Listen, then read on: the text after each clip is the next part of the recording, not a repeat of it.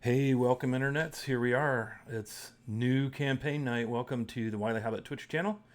My name is Wiley Hobbit, also known as Scott, and I'm going to be your dungeon master tonight.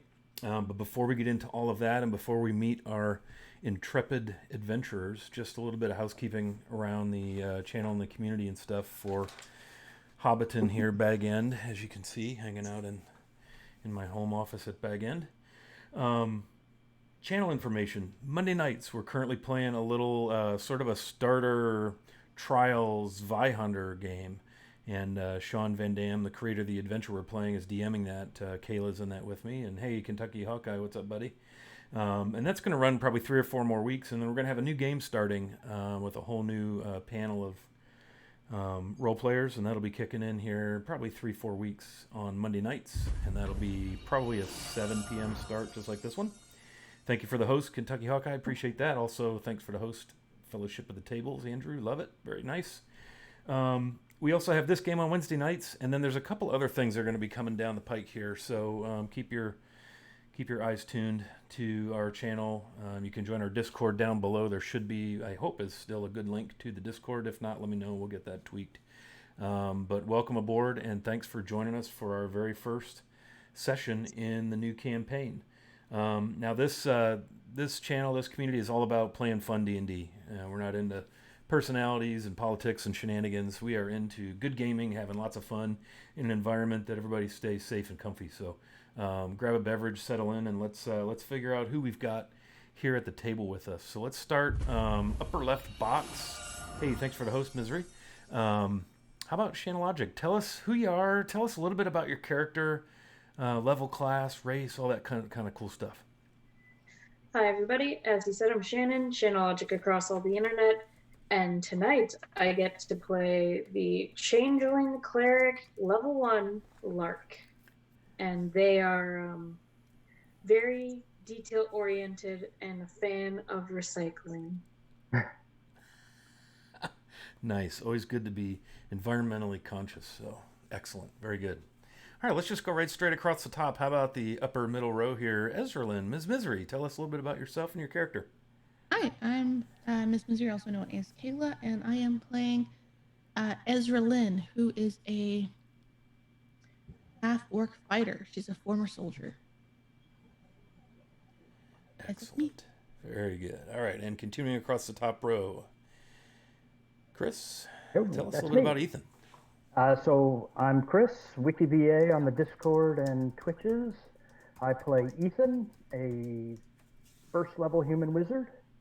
He is not just a normal guy, no issues at all. Just a normal human wizard. Nothing to see here. Everything is fine. Everything's cool. Yeah, very nice. Good deal. All right, let's drop right beneath you to my friend Rebecca. Lulu. Rebecca, I'm playing Lulu this campaign. She's a little green kobold who likes to cook and profess her title of Tiny Dragon. Haha, nice. And also a druid, level 1. Level 1 druid. All right, very good. Let's keep going across here. Playing Shokali, my friend Abby. What's up? Hey, I'm playing Shokoli, the ASMR monk, but they don't look like an ASMR. They look rather snaky, to say the least. All right, so we have a monk in the house. How cool is that? Yeah. And last, certainly not least, is my friend Sabrina, and she's playing. Okay, Briefine. My name is Sabrina. I am playing a level 1 wood elf ranger named Bryfin, and she loves nature and loves the woods. Nice. Well, if you love nature and the woods, you'll probably get along really well with Lark, because apparently Lark is into recycling and so forth. So, and it's Bryfin. Bryfin is your name. Bryfin and Shokali are the two most challenging names that I'm going to have as a DM to stay on top of. So, again, I'm Wiley Hobbit. I'm your dungeon master. You can find me hanging around this here Twitch channel and various other places, and we are stoked to have you aboard. Want to run down real quick some house rules. as far as how we play D&D here on Wily Hobbit.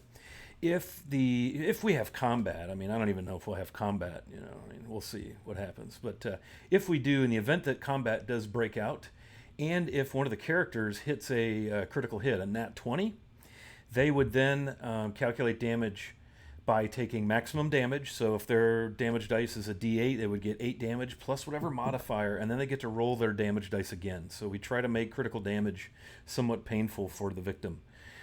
If you drink a potion, we like to give that to you as a bonus action rather than having you burn an action to imbibe a potion. That can be super handy during combat if you're down to that last hit point. Again, if we have combat, there's no guarantees, of course. So there you have that. The last piece on the house rules is the players can award each other 1 inspiration per session. Each player gets to award 1 to another player.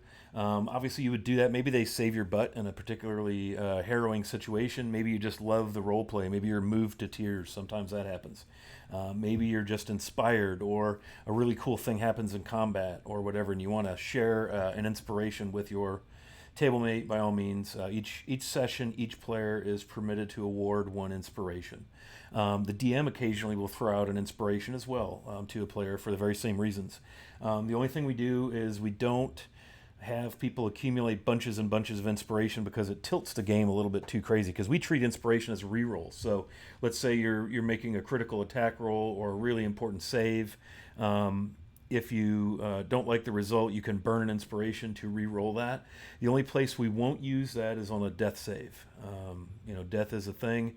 Actions have consequences. Things don't always go according to law and all that jazz. So, but that's how we handle inspiration. So those are the house rules. And then we're playing in the background. We're employing some safety tools so that if we do get into any elements of the narrative or anything that become uncomfortable, everybody has a trap door or a way to get out of that. So, because again, our whole focus here is have a good time, hopefully play some fun D&D, and by all means in chat, thank you for coming, thanks for hanging out, and if we're if you find something funny or whatever, just chime in and we'll try to interact as well. So, any other thoughts or anything for the good of the order, or should we quit talking about stuff and play some D&D? Do it. Let's play D&D. Okay, so this is 5th edition, session 1. Most of this group, as far as the players you see, have been together, and by most I mean 2 of them, have been together for over 2 years. Abby's been with us probably not quite 2 years. And then Rebecca's been about 6-8 months, and then Chris and Sabrina have just joined the group here in the last month. So we felt like this was a great time to start over a whole new campaign, and I'm excited to be DMing a published adventure. I haven't done that in a while. So the last thing we did was homebrew, and now we are in a published adventure, and this is Dragon at Icespire Peak. It came out with the D&D Essentials kit, and it's actually followed by 3 really cool looking, kind of a trilogy of adventures. So if the party so chooses, we'll probably follow that story arc right through those 4 adventures, Dragon at Icespire Peak, and then the following trilogy. So without any further housekeeping or nonsense or emceeing, I'd like to get into it. Theater of the mind is kind of how we roll. You may see a map or 2, you may see a graphic here and there, but it's by all means theater of the mind and real dice. We do roll real dice here as far as that goes. So I invite you to clear your mind, close your eyes, get your best D&D mood on, because here we go. Nestled in the rocky foothills of the snow-capped Sword Mountains is the mining town of Phandalin, which consists of 40 or 50 simple log buildings. Number of crumbling stone ruins surround the newer houses and shops, showing how this must have been a much larger town in centuries past. Phandalin's residents are quiet, hard-working folk who came from distant cities and towns around the region to eke out a life amid the harsh wilderness. They're farmers, stonecutters, blacksmiths, traders, prospectors, and of course their children, their families. This town has no walls, no garrison, no city watch. So most of the adults keep a weapon or 2 within easy reach in case the need for arms should arrive. And after all, we're in the Sword Coast, we're on the edge of the wilderness. People have heard rumors of gold and platinum being mined in the foothills of the nearby Sword Mountains. And you may have heard that the town could be in need of help with various issues, things that could be threatening, things that could be important, things that need to be done. Typically things that might be held by or handled by a city watch or a small garrison. Phandalin has neither. Phandalin has residents and the occasional caravan or adventurer. And that's where our party comes in. Sounds like a wonderful place to ply your trade as an adventurer, or maybe just to escape your history. Who knows? Perhaps you've come out of curiosity. Perhaps you hope to mine your way to wealth and prosperity. You may be drawn by the rumors of adventure and danger, a chance to make your name known far and wide. Maybe you're just looking for a quiet place. Kind of settle down and get out of the hustle and bustle of the city, away from prying eyes. Whatever your reason for coming to Phandalin, sounds like the ideal location. Visitors are welcome here, particularly if they have coin to spend or news to share. The Stonehill Inn at the center of town offers modest lodging and meals. A couple of doors down from the inn, posted outside the townmaster's hall, is a job board for adventurers. And it is inside the clean and rustic confines of the tidy, simply appointed Stonehill Inn that our adventure begins. Lark, I presume you're either in your room upstairs, or maybe you're downstairs in the tap room. It's evening meal time. The workday, for the most part, is done for most folks. The tap room is starting to fill. The hustle and bustle is starting to pick up, as it does usually first thing in the morning, oftentimes during lunch, and then in the evening it can hustle and bustle in here. Because again, Phandalin is not far off the high road. It sees its share of activity. Ethan, I would imagine you're probably at a table plying your trade, such that it is. Your arrangement with Toblin Stonehill seems to be going okay. Toblin being the proprietor, the male human, slight of build, slightly weathered, maybe a little out of place on the edge of the wild, but he's built a nice establishment with a good reputation, and so far you two have gotten off on a good foot in your 2-3 days here at the inn.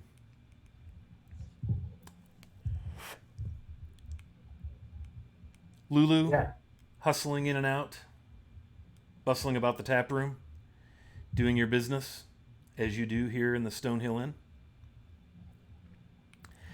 I would imagine Ezralyn Shokali probably ambling up the road into town, looking over Phandalin, thinking, let's check it out. You head into the Stonehill Inn. And Bryphon, I have that right? Yep. Bryphon, you're probably coming in from a day's hunt. And you're finding yourself weary afoot, dusty in your throat, and so it's time to go see Lulu and who's hanging out in the Stonehill Tavern. And I'll open it up to the group.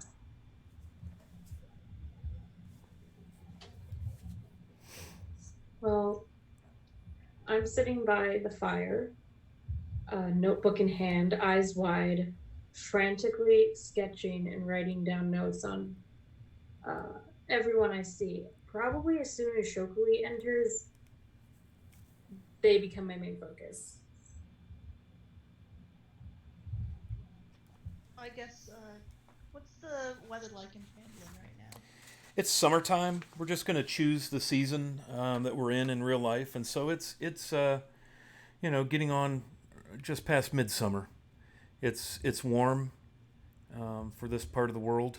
You're in the northern Sword Coast, so you know that once winter hits, it gets pretty chilly, especially up in the peaks. But it's summertime, maybe 6 in the evening. Okay, not too bad then. Alright, so I guess I'll walk in to the tavern, and I'll just look around, and I'll go up to the bar and try and find myself some food.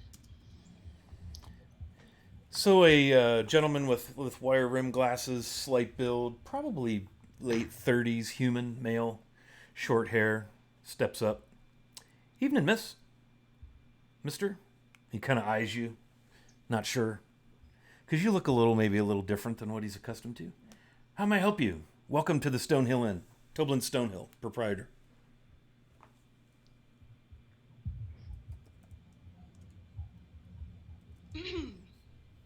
uh,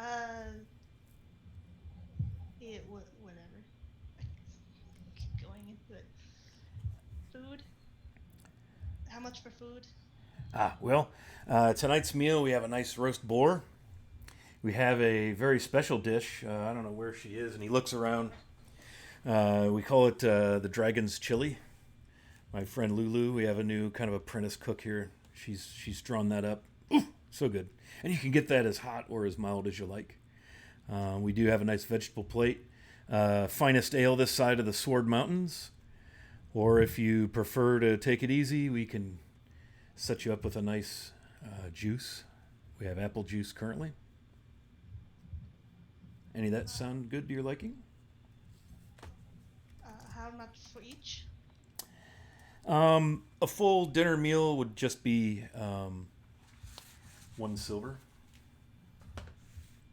Your ale would be separate, your beverage would be separate, but the meal, whatever meal you take, which would be bread, whether it's chili, the roast boar, vegetable plate, would just be 1 silver.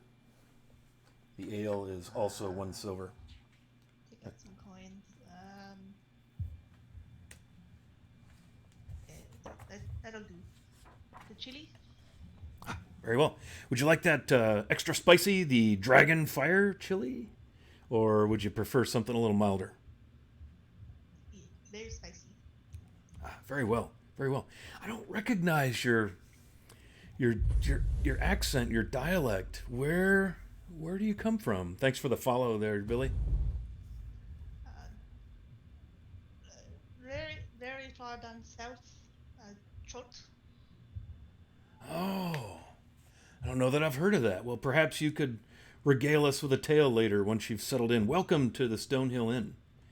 We've rooms for rent, and we're glad to have you. Let me get your chili. And did you want an ale or a water with that?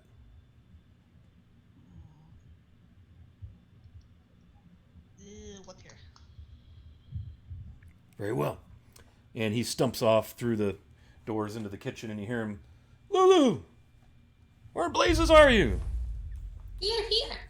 Ah, yes. I need a dragon's fire right away, center of the bar. Dragonfire, spicy or no spicy? Super spicy. Super. Oh, good. Okay. In a minute or two, a little green kobold, with crimson golden eyes, hops up onto the bar, with a small bowl of like bubbling chili, and places it down in front of you. Tiny dragon Lulu, bring dragon fire chili to customer. Goodbye. And jumps off the counter back to the back. Oh, hi, Bray. Stonehill comes back out. Lulu, I said. Oh, never mind. Looks like she's got your chili, and he sets a ice cold ice water pitcher and tankard. Very well. Water's on the house. That'll just be 1 silver then for the meal.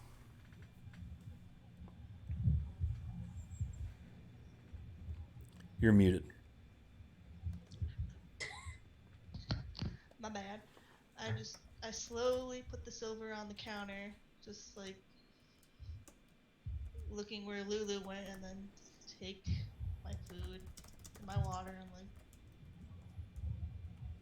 then I just walk away. He scuttles off and goes about his business. The tap room isn't packed, and to give you an idea, very clean wood floors. Looks like it's swept, multiple times daily. All kind of rustic, handmade wood furniture. Looks like the whole place has probably only been there 4 or 5 years. It's all timber frame, rustic, 2-story, kind of a salt box. It's right in town. You passed a few dwellings. on your arrival into Fandelen, you passed a few dwellings getting here to the inn itself. So it's kind of right in the center of town. And in fact, I'll put a map up for anybody watching the stream. I don't know if you can see my cursor, but it's the gray building on the corner where my cursor is. If you come down the trail into town from the north, that big gray building on the point is the Stonehill Tavern. Plenty of windows.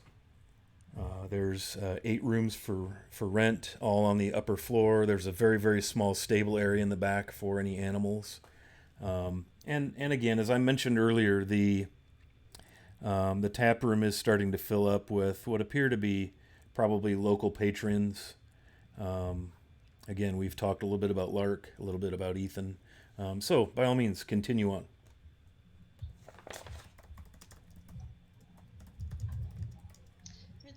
I'll sit at the table and eat my chili. Very well. Then Bryphon comes walking in. She's covered in dust. And she has 2 bags with her. One bag has various meats in it, and then the other one is kind of small. It's got herbs in it. She walks towards the bar. "Hey, Toblin," she yells. "I got your stuff." You don't hear anything for a little bit, then coming back out. And it's kind of the typical swinging double doors. Comes at one end of the bar. He comes out. "Bryphon, is that you? How'd you do today?" And he kind of walks over, and he puts a tankard of water in front of you, knowing you'd be hot and tired and thirsty. "How did you do today?" She proceeds to set the 2 bags on the bar. And she goes, "I got various meats and lots of spices. Should cover you for a few days." "Ah, very good." He snatches them up, wipes the bar down real quick. The guy, you could tell he's a little bit of a neat freak. He kind of gives you a side eye, like, "I've told you not to put dead meat on the bar, but, okay, whatever. And I appreciate your help. Hang on, let me get you squared away. Don't go anywhere. Do you need anything to eat or drink besides the water?" Yes, please give me some dragon chili. Extra spicy. Make sure Lulu knows." "Very good. Lulu, another hot job on the end." And he walks back through the double doors with the bags, disappears. Comes back out, goes to where they make change and accept payment, and pulls out 5 silver and brings it to you for your efforts. "Thank you so much. It's so good to be in with fresh meats and spices and so forth. And I appreciate you hunting for us. Very good. We'll have that chili out shortly. If I can find Lulu, my God, I can never find her." And he goes back into the bag. I'm down here. Lou down here. She's 2 feet tall, by the way. Yeah, this seems to be a problem because the bar is well taller than you are. But he's fashioned a couple of step stools and a gangplank that you can walk along so that you can be head and shoulders above the bar and serve when you need to bring your chili out or take care of, get drinks, that sort of thing. So. Yeah, she has a little bowl ready to go. And up on the bar. "Hi, Bry." "Hi, Lulu. You doing okay today?" Yeah. Extra spice. Extra normal. Then Bry chuckles. She goes to grab her chili. "You let me know if you need anything, okay?" Bry know what Lulu want, but any word of brother? Bry kind of sighs. "No, still nothing. I'm sorry." Brody needs to come home. "I know. Just be patient." And then she goes and she pats Lulu on the head. "I'll let you get back." Sorry, go. Oh. And then Bryce says, "I'll let you get back to work now." Lulu not good with patient. She'll go back to work. Toblin steps out from the kitchen area, looking at Bry and Lulu. "Nothing on Rodelheim?" Lulu's frill deflates a little bit on top of her head. Still missing, eh? Well, he's an adventuresome lad. I'm sure he's just off on some adventure. Not smart of him, but I'm sure he'll turn up. Don't worry about it. And we got this hunter here that'll. I'm sure we'll find him. Don't sweat it. And he kind of pats Lulu on the head like he's prone to doing.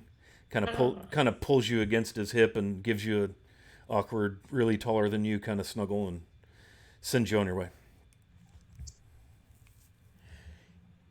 He comes over to Ethan's table and just kind of stands there watching. Ethan, what are you up to? I, I'm, I just finished my last customer for the day. I'm not up to anything. I'm curious. How did that go? Good, good. We'll have a real need to know what's going to happen to them here. It's good. How are people taking to your services? I think it's going well. I think it's appreciated. I hope it's appreciated. It's exhausting work. Is it? Hmm. Well, It's I'm. all my mental capabilities to do it. But I'm glad. I'm glad to serve the people of Phandalin. Yes. Such a Well, wonderful place. hopefully we'll be better off for your service. Would you like your free ale? You know, you get a free ale at the end of the day when you're done. Would you like that now? I would love that. All right, I'll get that for you. Anything else? Do you want to get dinner or? No, I think I'm fine for now. The ale would be fine, and I'll recover from another taxing day. Very nice. Very nice. Thank you. Thank you I'll so much. be right back with you. He wanders by Shokoli's table. Is the chili okay? Are you all right? It's not too hot, I hope. It's fine. Very well. Spies the half orc. Ezralin, where are you? What are you doing over there? As you see the thin, slight proprietor kind of working the tap room. You're muted. If there's a window, she's probably just passed by, took a quick look in, and just come through the door. Okay. Um, she'll just give the room a quick scan, just check exits, check everything like that, and then she's going to walk over to the bar and sit down. Very good. As she comes in through the door, she would hear and Ethan would jump up from the table and he'd grab his temples and he'd look up and he'd mutter something in a language that's not common language, and he'd watch her as she made her way to the bar. For a description, Egelin is she's a half orc. She's about 6 foot, if not a little bit over. She's got medium gray skin, black hair pulled back into a very long braid. She's one thing about her though is that she's covered like from neck to wrist. There's no skin showing other than her hands and face. And her eyes are black, and she's got some weird scars on the left side of her face, but other than that, that's really all you can tell and see about her. And she's got a really big greatsword on her back. And she's got some plain armor on, nothing really special, other than it looks like it's been used very well. Just go and sit down at the bar. She'll take in Ethan's reactions, ignore him, and go back to the bar. Ethan's gonna slowly approach her, and still on his temple, his eyes darting, looking around, and he's gonna approach her, and he's going to say to her, I have foreseen your death dozens of times in my visions. Your sword, it will fail you, and I will not be powerful enough to save you, and for that, I am sorry. How much have you had to drink? I have nothing to drink yet. My sword hasn't failed me yet, and if it does, I've got backup. I would urge you to take a close look at it. Make sure there's no hidden defect in it. I've seen it in my visions. Your sword snaps like a twig, and your enemies overcome you. If it makes you feel better, I'll get it checked. But nothing's killed me yet, so I'm not that worried about your prediction there. Toblin walks up and kind of interrupts, and he gets this knowing look on his face as he sees Ethan. Everything okay here? Welcome, madam. He smiles at Ezralin. Welcome to the Stonehill Inn. Ethan, here's your ale. By all means, go ahead and enjoy that, maybe back at your table. Thank you, Ethan, for a job well done. Yes. My pleasure. Thank you, Master Stonehill. He'll take his ale and walk back. So, don't mind him. So, as I was saying, I'm back to the Stonehill Inn. Welcome. Can I get you something to eat or drink? I would take a large ale and just some bread and cheese, if you have it. Absolutely. Large ale, bread, and cheese. That will be 5 copper and a silver for the ale. And he stumps off to get your food. She'll sit up. Again, if possible. If she can't sit, she'll lean against the bar and take in the room. So, after scribbling frantically for probably a solid 15 minutes through all these instructions, I'm going to walk on over to Shokali at her table. Excuse me, I hate to bother you, but I couldn't help but notice a new face enter, and I was wondering if I could possibly apply some information from you. I would gladly compensate you for your time. I'm working on a book. It's my studies, and I'm very intrigued by your appearance, and I hope that does not come off as at all offensive at all. And you just notice in front of you this very tan, 5'5", very sort of gaunt, but long-haired elf. And she just has very faint makeup on, as if she's been wearing it for a very long time. And she's moving her hands a lot. She's very anxious. For reference, because I should have mentioned it before, Shokoli looks mostly like a snake, a kind of dragonborn, lizard folk-esque, with a tail and a ruff of orange copperish feathers that go down their back into a split tail, and a large, somewhat mane of the same colored feathers on their head. And they have 2 sleeves of tattoos on each of their arms. Most notable of which are 2 suns on their shoulders.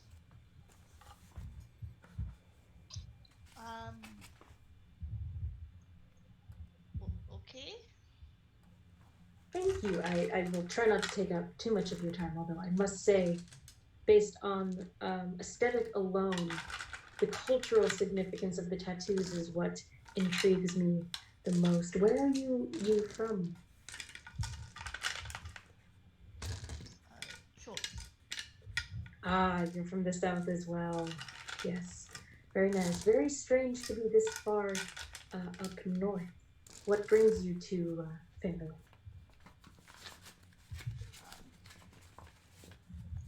I was in Waterdeep, and then I didn't like it, so I came farther up. Interesting. Were you brought by academic interest as well? You could call it that, yeah. A fellow scholar, then. I really appreciate that. You have no idea how hard it is to find intellectual conversation around these parts. Where are my manners? I am Solana Brigalore of the Brigalore family. I'm sure you've heard of us. Solana Brigalore? Solana.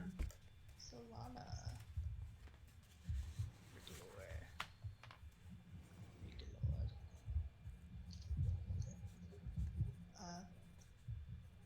I'm really... Shokoli is kind of half covering their bowl of chili. And then they think about it and they just slowly move it to the side and offer their like weird snake clawed hand.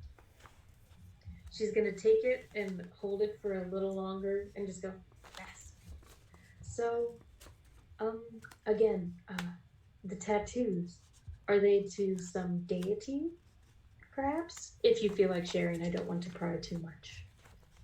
Before I answer, what are you doing so far up north? You said you're from the south? Yes, yes. Very, very far south. Different continent entirely, actually. I'm here for academic reasons. Upon the suggestion of my advisor, I'm into, well, minoring in sociolinguistics, but just anthropologically speaking, I find people very fascinating. And I wish to see the rest of the world and understand the cultures in which I come into contact. Oh, you're an anthropologist. Yes. I'm trying anyway. Still don't have that degree, but it's just a piece of paper and lots of money. But What continent are you from? are you familiar with, well, I'm sure you'll get it after I say the university. It's the Grand University of Jesus. You familiar? I can't say I am.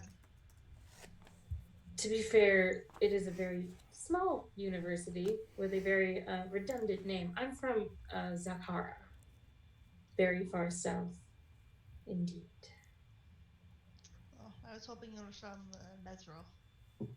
No, no, haven't been there yet.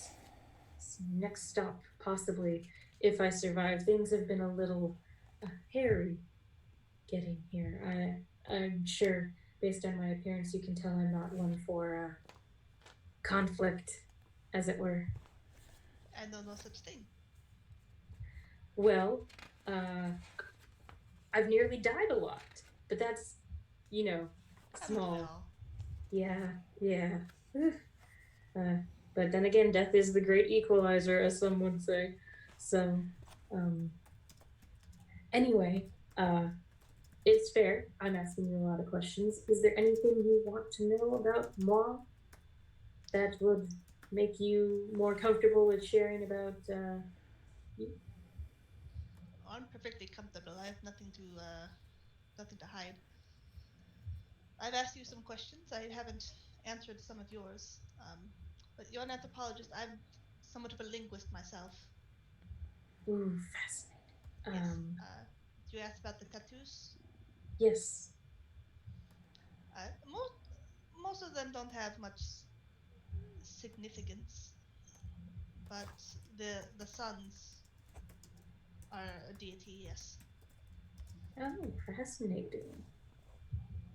I'm very interested in, well, my thesis is on the deity worship of different races. I find that some are born thinking a certain deity is important and others are raised into it, but race seems to play a key role. Some would say it's a little controversial focusing so much on race, but I feel like there's something about it that really affects the mentality. Like, I mean, I don't want to assume, but based off your appearance, are you dragonborn or lizard folk? I'm not sure. I think that is no. not the answer I was expecting. I think no, but I'm not sure. Interesting. Well, I'm not quite sure where to go with that, honestly. Usually, people may not know their name, they may not know their past, or their parents, or what have you, but typically they know what they are, typically. Although I suppose in some cases it can be very confusing.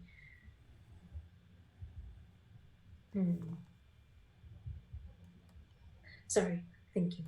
But I suppose now I don't want to continue making assumptions, but based on your vestments or dress, your profession seems more militaristic, possibly combative. Yes? My profession? No. Hmm. I don't I just have a get the profession. sense that you have more martial training, perhaps? Yes? Yes. Well, since we are both academics, I have a proposal if you are interested. I cannot fight to save my life, but what if we work together? Travel together? Companions? Yes. Watch each other's backs, perhaps. I want to do a quick insight check to see if uh, Solana is on the level and is not luring me into a trap. Okay. First dice roll of the Alright, let's see. Insight. new campaign. 19. Nice. 19, huh? Do I roll like deception or something? If you're trying to deception, whatever, you keep that to yourself. And I would say, why don't you describe for her, or describe for Zocoli, describe for them the outcome of their dice roll. Well, you do feel like a nervous energy coming off of Solana, but not in a way that seems dishonest. She just seems like she vibrates with anxiety on a normal basis, perhaps. Um, Something is a little off. Something about her looks a little not right, but you can't quite pinpoint it. But it doesn't make you feel uneasy.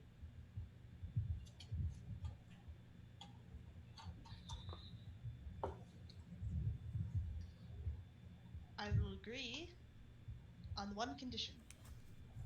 It's What languages do you know? Oh, well, let's see. I've been trying to study a little bit of Goblin, but I haven't made a lot of headway on that. After a little encounter, I thought perhaps it would be best to uh, speak their language. Did not go so well. Lost a lot of blood and money on that one. But I speak Celestial and Infernal, as well as obviously Common. At this point, Toblin Stonehill wanders up with a fresh pitcher of water. Ah, Madam Solana, nice to see you. Zocoli, here is a fresh pitcher of water for you. Can I get you anything at all? No. Very well. You enjoy. And he steps back out.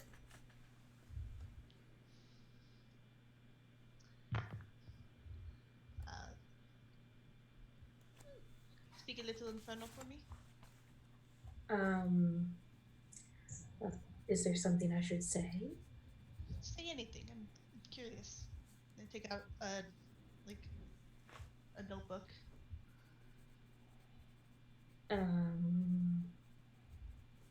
Let's see. She starts quoting a poem, just very simple, very popular one that most people would know, like a children's rhyme, really. And you just hear this like guttural hissing come out, and it is indeed infernal. Um, and she's fluctuating and moving her hands a lot with each enunciation of a slurred syllable in infernal. Is Ethan close enough to hear this conversation? You're a couple of tables over. Why don't you roll a perception check for me? And I love the idea of a children's rhyme in Infernal. That is awesome. Somebody needs to craft that for us. So yeah, hit me with a perception check, Ethan. 17. Mary. 17, yeah. So you've probably picked up little snippets of this academic, scholastic, little awkward meeting. Yeah, little bits and pieces here. When he hears the infernal, Yeah. he's going to go and look nervously over at their table. So you two see a couple tables over. There's an empty table between you and a young man. What does Ethan look like? So Ethan's a human. He's under 6 feet tall, probably 5'8". What I might call a short 6 feet. He's young. He's probably no older than a late teenager, in his late teens. He has unkempt hair, like he's never seen a comb in his life, and his eyes are often wide and darting around and clean shaven. Oh, yes. The strange human. The one person I refuse to talk to. I don't want to know more about him. Odd to say, as an anthropologist. Very excitable. He makes me nervous. He would just keep looking with his eyes going back and forth and drinking his ale and going back and forth between Ezralin and this table, watching them all, seeing what they're doing. Chloe just looks at him and stares at him.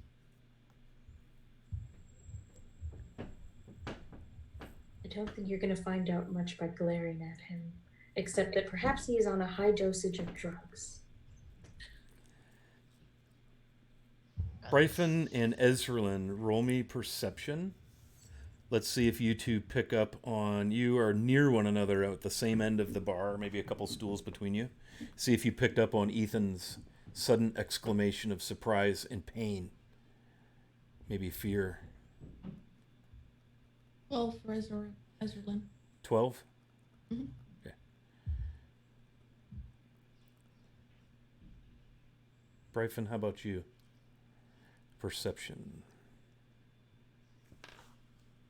I got 14. Okay.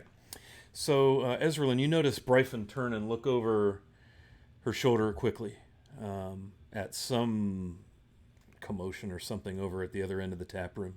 And Bryphon, you see what Ethan just described, where he kind of puts his hands up at his ears and he looks around very fearful and panicky in the direction of Shokoli and Silana at their table talking kind of closely. And Ezralin, you see Bryphon react. I'll follow her gaze. So you see the scene I described. Carry on, Lark, Shokoli, and Ethan. Okay, so, whatever. Still just scribbling down some notes on the Infernal. Yes. Was that satisfactory? Perfectly. Can I ask why you wanted me to speak Infernal? Linguist. I like to learn. True, but how do you know what I said unless you also speak Infernal?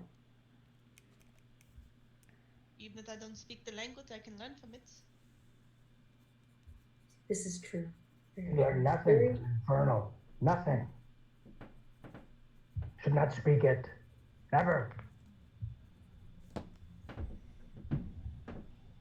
Solana's just going to get this very, based off what you know already, uncharacteristically cold, blank expression, and she'll just start speaking Infernal. You have no idea what she's saying, but each word flows near seamlessly into the next as if it's an incantation or a curse. Ethan Almost robotic. Ethan will respond in Infernal. That language will destroy you.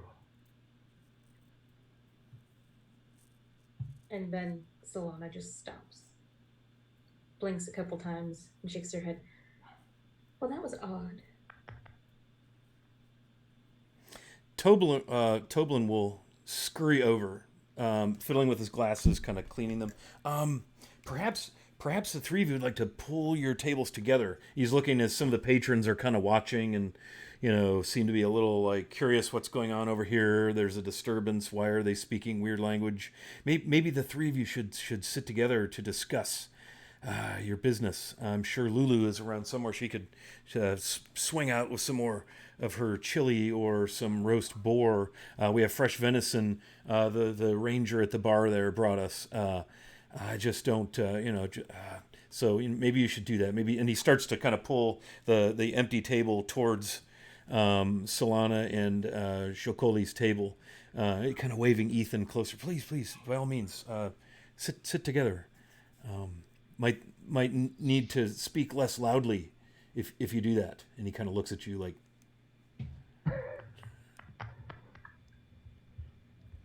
Part of me thinks that's a horrible idea. But I suppose if the gentleman would calm down, he's more than welcome. No more speaking infernal.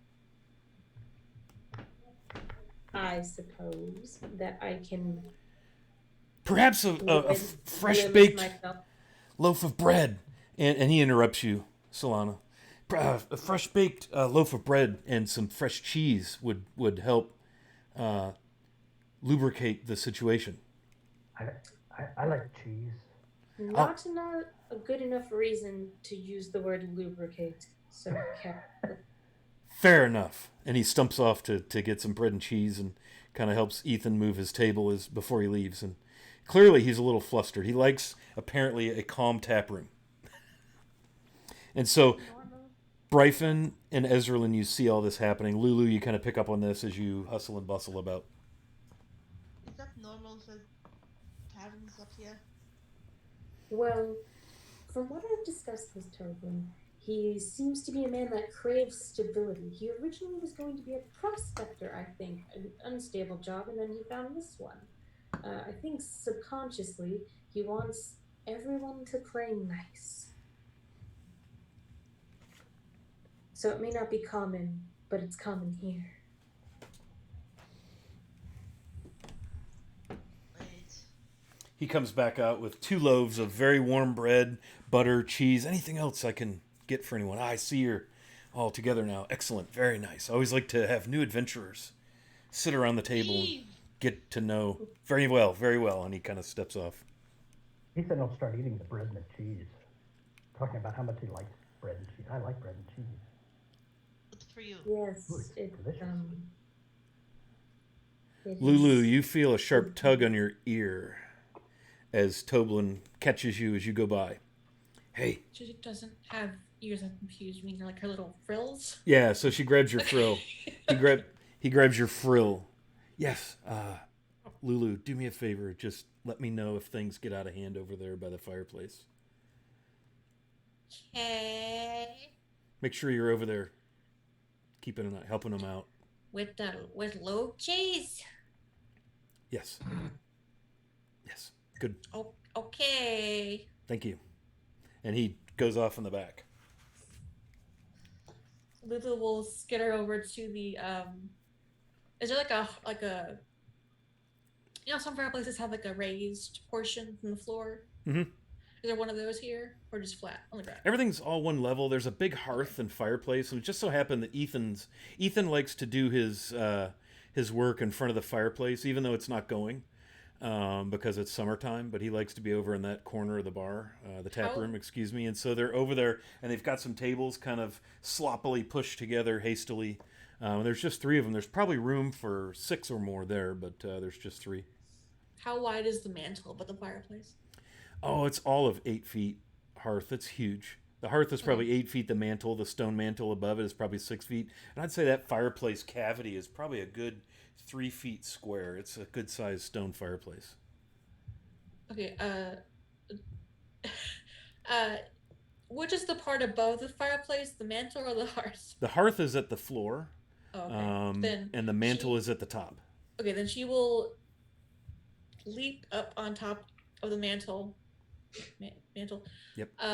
And kind of just like stare like a bored cat at the table of the 3.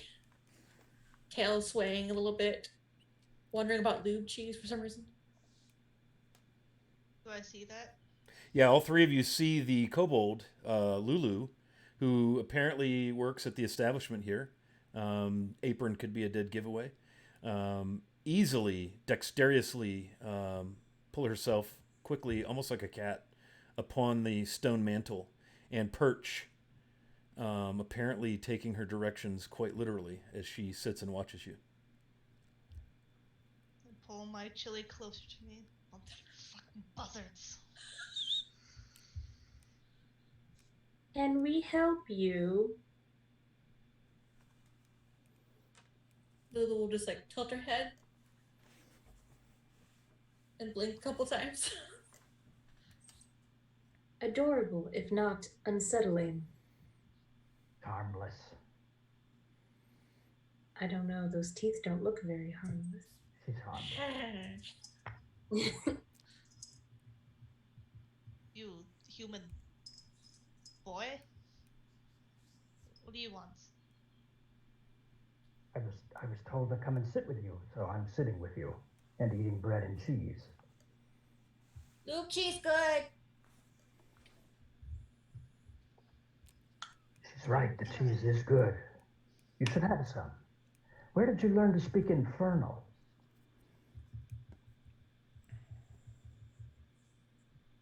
Me? Yes, the speaker of the infernal. Yeah, I don't speak it. Where did you learn to speak infernal? I've studied at universities, and we've had some very ancient tech. And Language of demons. yes, ish. I mean, it's just like any other language. It's comprised far of. worse. No good can come of it. No good. I mean, I've been speaking it for many years, and granted, some bad things have happened to me, but I don't believe that the correlation equals causation in this case. You keep speaking it. Trouble will find you. Believe me, trouble will find you. Yes, yes, you can see the future, and it's utterly terrifying. Death is on the wind and all that jazz. Our future is bleak. Bleak. Mr. Nervous Man, stop scaring customers. The cheese is delicious, though. Hey. Well, thank goodness we have good cheese and bleak futures, right? Hey, All the more Bryphon. reason to eat cheese. Hey, Bryphon. Toblin kind of comes up beside you. Bryphon, would you keep an eye on Lulu, who's keeping an eye on that table over there? Just, I think everybody's fine. Ethan's a little off-putting, but he's a good kid. But just, I don't like trouble here. So if you could just, and Ezralyn, you're hearing all this. I just don't want any trouble. And with this many new travelers, you just never know. So if you could just, would that be okay, Bryphon? Of course. And then she turns around and starts watching the table. He kind of scratches his head like, oh, I got to work on nuance, subtlety here. Eslin will just kind of wave her fingers discreetly to get his attention. Yes, madam. Can I get you more to eat or drink? And he comes over. Yes. Seems you have an interesting group here. I just want to let you know, I've heard about some work here with regards the possibility of setting up a garrison, even work of that general sort that you might need soldiers for, or people that can keep an eye out. I've got many years of military experience. I can keep an eye on things as you like, and unlike a few people here, I'm discreet. And if you get a closer look at her, you'll actually look that she has a tattoo on her forehead. It's 3 lines just coming in towards the bridge of her nose. That looks really fresh. But it's going for her. But she's just like, she's as much as you can tell by the expression on her face, she's she's amused and kind of half sarcastic, but genuinely offering help if needed. Roll me persuasion. Why is my sheet closed? Oh no. 1 second. I'm sorry. You're fine. Persuasion. Bryphon, you see Toblin, excuse me, in Over. Toblerone, yeah, Toblin, in conversation, leaning over the bar with Ezralin as you kind of turn and look back while you're watching the other table over there. 17. 17. Okay. Um,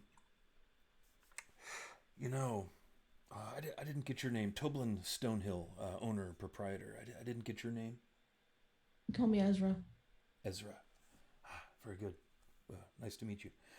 See, here's the thing. We've had some trouble. We're concerned. We being the town. I don't know how long you've been in Phandalin, but if you've seen, there were no gates to come through, no walls, no garrison. And orcs have come down out of the mountains recently to prey on the lowlands here where we are. And if Neverwinter can't send help soon, we fear that we could be overrun and be set upon, and orcs could destroy everything we've worked hard to rebuild these past few years. So your offer is tempting. I've worked between Neverwinter and 10 towns for a lot of years. Yeah, you're not going to get a lot of help from Neverwinter unless you pay for it. Right. We have an arrangement. Old Harbin Wester there, the town master, could give you those details, but I'm not confident they'll get here anytime soon. They would only see the smoldering ashes of destruction by the time they got here if we were to be set upon. So I'll tell you what, Ezra. Ezra? Yeah. Are you new? Are you just arriving in Phandalin? Well, I walked down the hill and then I walked here. So I'm kind of new. Sounds about right, yeah. Well, I would do this. If you would like lodging and meals in exchange to help me with security here, we could start with that. And perhaps if that goes all right for a day or two, we could go talk with the town master and see about some sort of work. He keeps a job board for jobs, things that need to be done. But there's not been anything posted about a specific guard or watch, but perhaps that should be something we think about, given that like I said, that the orcs have come down. How would that be? Sounds good to me. Work for She'll lodge. just reach out her hand. He shakes your hand firmly. She squeezes a little bit hard because of the orc comment. Yeah. Okay. Yeah. Work for lodging and meals for a week, and we'll see where that takes us.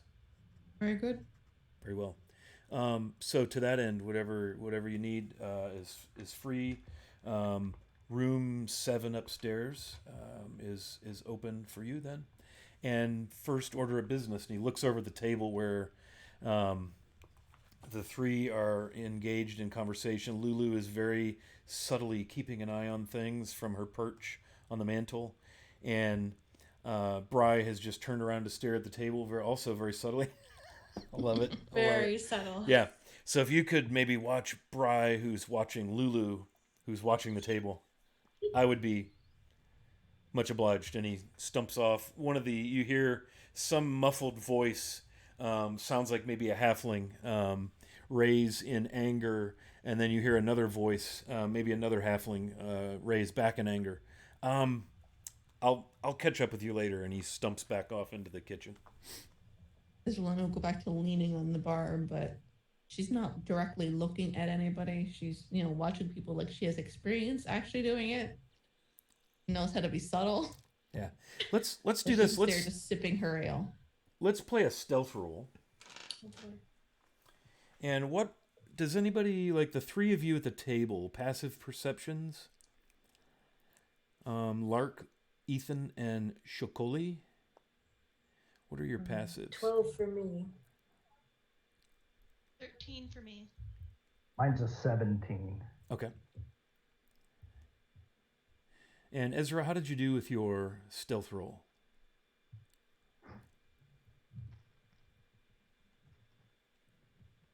9. Okay, great. So the three of you are talking about Infernal, and Shokali is kind of shaking their head like, what? I just came in off the road, and these weirdos are, what's going on? Lark, Solana, is that how we say that? Solana? Selena? Yeah. Is taking notes copiously. And Ethan, and actually all of you, get the sense you glance over at the bar, and Bry is looking at you, clearly. And then you notice there's a half-orc female that you described earlier. In fact, Ethan, the person you went over and spoke your fortune to, is apparently kind of side-eyeing you as well. I'm just gonna take my chili and I'm gonna leave. Okay. I'm just gonna go to a different table. When you speak Infernal, you attract a lot of attention, as you can see now. Yes. Thank you, Ethan. Great. Fantastic. And I go up to the bar and leave the table. I keep eating the bread and the cheese. Okay, Lou so watches Solana leave, just like Shokoli, you find a new table with your pitcher of water, the remainder of your chili. Yeah. Bryphon, you see Solana approach the bar near you. And Ezra, you also notice. Ezra, you managed to just kind of look down and think you're pretty sly as Solana approaches the bar. And a halfling comes out, and you see him step up a step ladder. Yes, what can I get for you, miss? An entire bottle of wine, please. Ah, very well. Right away. Do you have a preference? Same stuff as last night? Yes. Ah, very well. Okay.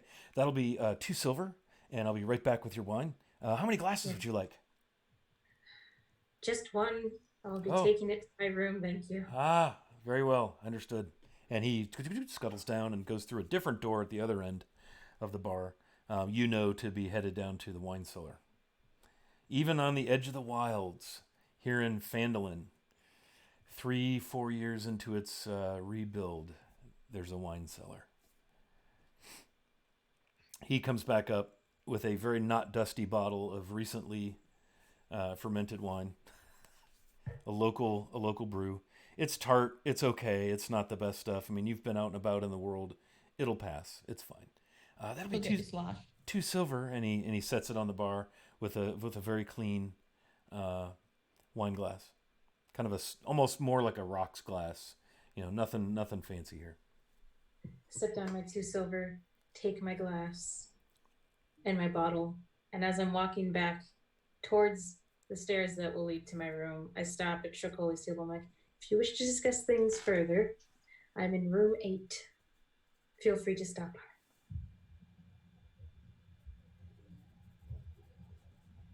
Come on? Is this a come on? No, we were discussing a business deal. You never know. And I go back to eating my chili. Okay, I'm gonna go get slightly drunk. Have a lovely evening. Okay, so Lark exits. The halfling drops the silver in the appropriate location behind the bar. You say room 8? Yes. Okay. And Ezra, good night, Miss Customer. And Solana, you and Lulu have spoken a few times. You know that she's helping in the kitchen and helping around, and you know that Bry is also an employee here of the inn. She helps gather food supplies and things for Toblin. Just kind of gonna frantically leave, like not making eye contact, clearly uncomfortable with so many people paying attention to her. Sure. Okay, fair enough. All right, so in the time that you've had conversation, the tap room is over half full now with what looks to be locals, people who know each other, people who have come in pairs or small groups, who also know some of the other people who have come in. Ethan, Shokoli, Solana, Ezra appear to be the four travelers. Not local people that are in the establishment. And it's there's just noise and laughter, but nothing. Everything is pretty chill. You haven't seen Toblin in a while. He's gone into the back to calm his nerves with a cup of coffee.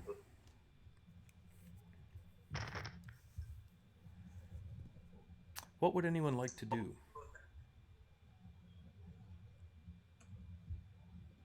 Ethan's going to keep watching Ezra. Okay, Ezra, hit me with perception.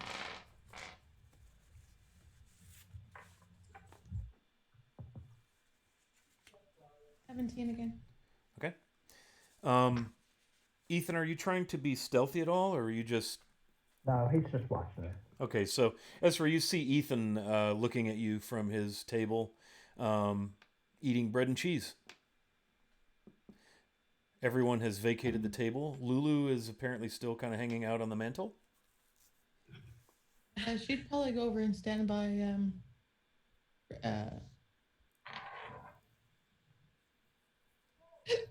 I don't know how to pronounce it, I'm sorry. Bryphony? Bryphon? Bryphon? Yep. She'd probably go over, stand by her, and once she comes back. I think she laughed. I like how Bryphon's watching Lulu's watching Ethan, Ethan's watching. Just a train.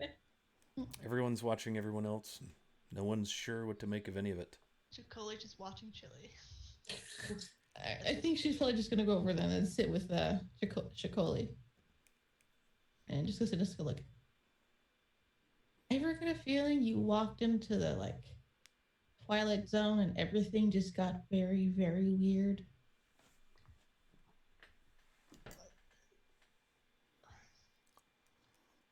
Why must everyone come up to me when I'm trying to eat my food? I don't understand that reference. I'll put it this way. It's weird. I don't want to be by myself because if it's possible somebody will talk to me. I don't want to talk to them. This is just me being friendly and greeting. I don't have to talk to you anymore. I'm just going to sit here and drink. You can eat. I just don't want anybody else coming over. Okay? Okay. Nice to meet you. Drink a beer. Sure. The table next to you has been taken up by a human. Looks to be maybe early 40s. And a dwarf. They're both dusty. Leathers, chain shirts, each with a sword. The human with a long sword, the dwarf with a short sword. And they're leaned in talking. They've got a small leather pouch on the table that looks like it has a little something in it.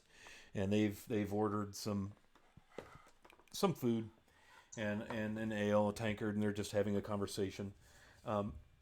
You also see by herself at the other end of the bar a female elf in nice elven traveler's clothes, cloak, very crisp and detailed, dainty features of a high elf. Ezra, make me a... Let's go with intelligence roll.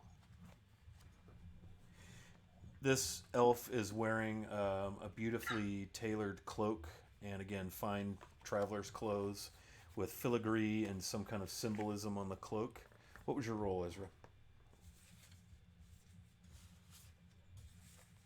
It was... What did you want me to roll? Intelligence?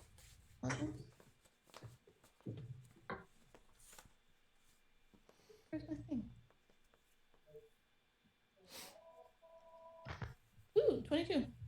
Yeah, so very easy to recognize the fact that this, the kind of, for lack of a better term, maybe heraldry symbolism on her cloak, the embroidery or whatever it is all very clearly representative of Silvery Moon, an elvish city, well north of here, southeast of 10 Towns. Southwest of 10 Towns. No, southeast, sorry. At any rate, so it looks like she probably is from Silvery Moon. Just sitting at the bar with a glass of wine, occasionally chatting with one of the halflings as they come in and out, minding her own business. She's got a quill and some papers in front of her, not really paying much attention to the room. And the other patrons, you would assume local tradespeople, farmers, people who work in the village. Mm-hmm. So that's what's going on in the tap room. What else would you? We have Ezra sitting with Shokoli. Solana has gone upstairs. Lulu's hustling and bustling. Brian, you're seated at the bar still, I presume. Yeah. Okay. What would y'all like to do? Is Lulu still on the mantle anymore? Sorry. Is Lulu no longer on the mantle then? That's your call. You're doing whatever you're doing. Okay. The table you were assigned to watch has broken up. Okay, then she'll go back to work then. That's fair. So, all the rooms are on the second floor, right? Yes. Are there windows? Yeah, there's window. Each room has a window to the outside, overlooking the town. How far is the drop? You're in a second-story window, so it would be about 22, 23 feet over the windowsill down. Okay. 2d6. All right. If you're doing the math. Unless you have a means to get down there without taking falling damage. From the 8th room, the window opens and a rope comes down and a purple tiefling descends the building. Okay. Make me an athletics check, if you would, to scale down the rope. And I would say do this at advantage, because I get the sense, even though you're a brand new character, I'm probably guessing this isn't the first time you've done this. Let's see. Oh, wow, thank God, because it was a natural 1 and a natural 20. So. Okay, that worked out. So you scramble down, and you're actually able, when you get to the bottom, you're actually able, because of the knot you tied, to give it a quick jerk, and it loosens up and drops, and you can coil your rope. And you are now on the inn actually is catty corner because of that point that I showed you. And you are now behind the inn. And again, if you follow from the north, that little road that comes in that says to Tribor Trail, and you follow that into the gray silver building right at the point, that is the Stonehill Inn. You are on the right side, so the southeast side of the building. The entrance is where you see the gable peak there on the southwest face of the building. So that's what's going on.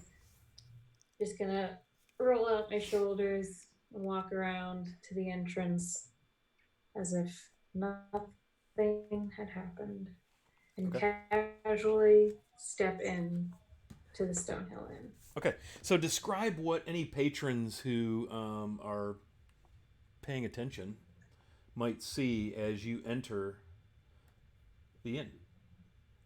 So, dressed in all black, sort of common clothes, this purple tiefling, very trim, light brown goatee, very crazy bushy eyebrows though, slick back blonde hair, and small antlers that sort of veer off with 2 tiny prongs, so it looks like 2 Ys. And he just casually saunters over to the bar, waiting to be served. Yep. Hearing the door and a little clankety rusty bell that clings over it. Hey, thanks for the follow, GRU Geek, Gru Geek. Appreciate that very much. Thank you. Toblin steps to the bar. Yes, well met, stranger. Welcome to the Stonehill Inn. What may I get for you? Nice place, nice place. Thank you. You the owner? Yes, Toblin Stonehill, and he reaches across the bar amicably. Shakes your hand very slowly. Name's Jarvis. New in here and a little curious about some of the strange folks I notice you have in this this establishment. I've heard rumor of a fortune teller. My very brief time here. Have you? Wow, that's good to hear. Yes, yes, we do. And he kind of points in Ethan's direction over there. Yes, as a matter of fact, that young man over there, he's not really working now, but perhaps if you asked nicely, he seems to have calmed down enough to talk to you a bit. Can I get you something to eat or drink? You could take it with you. I could bring it to you. Let's see. You got any bourbon? We do have some spirits and something along those lines. Yes, I could get you that. Yes. I would love. It's a, how shall I say, a campsite distillation. Some dwarves I'm acquainted with. Oh, dwarves never get alcohol wrong, do they? Very well, very well. No, they don't. I'll see to it that you have a glass waiting for you. Thank you. Anything else? That'll be all for now. Very well. There is bread and cheese at the table. I'm sure Ethan won't mind sharing it all. Lulu! Yeah. Oh, he looks down here right there. Oh! And you see him raise a bottle. Oh, by the way, that'll be 2 silver on the cocktail. And he hands it to Lulu, and she vanishes. Put this at Ethan's table. How Jarvis. big is the bottle? Jarvis here. Oh, he just gives you the glass. He pours like 3 fingers in a rocks glass type of little tumbler. And see that you set this over there for Jarvis here. Jarvis, if you'll follow Lulu, and you can't see her right now because she's behind the bar. And out pops a kobold, and she'll take you to your table. How quaint. Is this a northern thing? You got all these little lizards running around? Oh, Lulu's a sweetheart. You'll love her. Hi. Oh, it talks. She talks. Yes. My apologies. You, without even rolling insight, you get the sense that Toblin is very, very protective of her. Yeah. Well, lead the way, little Miss Lizard. Lulu, tiny dragon. She jumped down off the bar with the tumbler and skitter over to the table and jump up onto that. We like loop cheese, crazy man. Ethan would look up and see them, and he would go. He would see them, and he would go. Just hands to his temple. It's a Lulu, like last time. No, the tiefling. They're purple. No tiefling. No. Yes. No. What? Who sent you? Who sent me? Well, no one in particular. I just heard about a little trick you can do. He would look. Ethan would look around and look to see Ezralin, and he would point and say, "That's my traveling companion." I see. Good for you. She looks interesting. Dangerous. Oh, come now. You act as if I'm here to wound you. I'm here. Torment me more like it, tiefling. Who sent you? Like I said, nobody. I'm just here because I want to get my fortune told.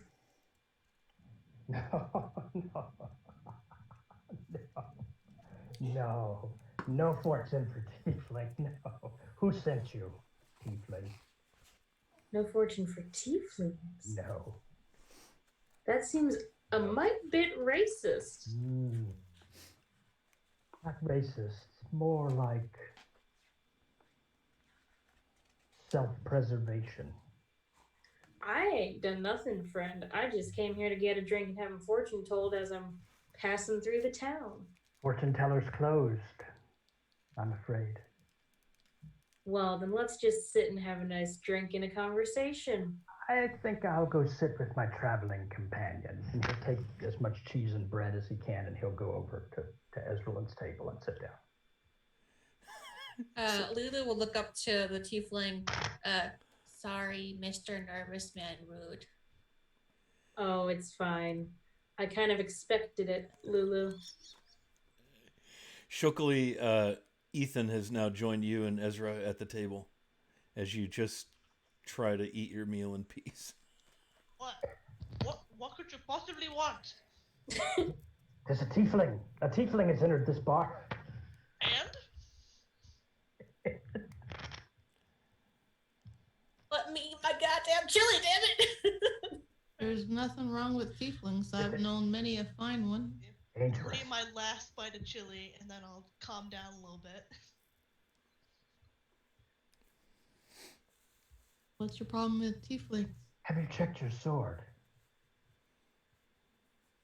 So take it up off her back. And I mean, it's almost as tall as she is. And take it out of the sheath, lay it on the table, flip it over. Looks fine to me. Roll me perception. Anybody at the table? Shokoli, Ethan, and Ezra. Bad. 11 for me. 13 for me. 7. You see the human and the dwarf at the table beside where Ethan was sitting, just a little ways, maybe about 12 feet from you. Both stand, put their hands on their hilts as the half-orc unsheaths her enormous greatsword. And as she lays it on the table, they look at each other and they look at you. They look over at Bry. Just an inspection. Bry, you know these two as locals. It's Fundor and Kelvin. Fundor is the dwarf. And then they look at Bry and they sit back down, but they watch. And they nod at Ezra. And then the sound of the tavern kind of picks back up again. Here, look at it. It's fine. Know nothing about weapons. I would suggest you have it checked out by a blacksmith. There must be a flaw in it. Tell you what, if it makes you feel better, I'll do it tomorrow. Well, if we're going to be traveling together, I think it's a necessity that you have it checked. We cannot have it snapping like a twig. I will not be powerful enough to save you. Friend, I'm pretty sure we'd never discussed traveling together. I don't plan on going outside of town for a while. I have foreseen it. I have foreseen it. I have foreseen it.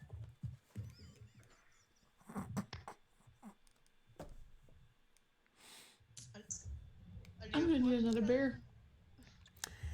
Yeah, so Toblin comes out looking concerned when he sees the sword across the table.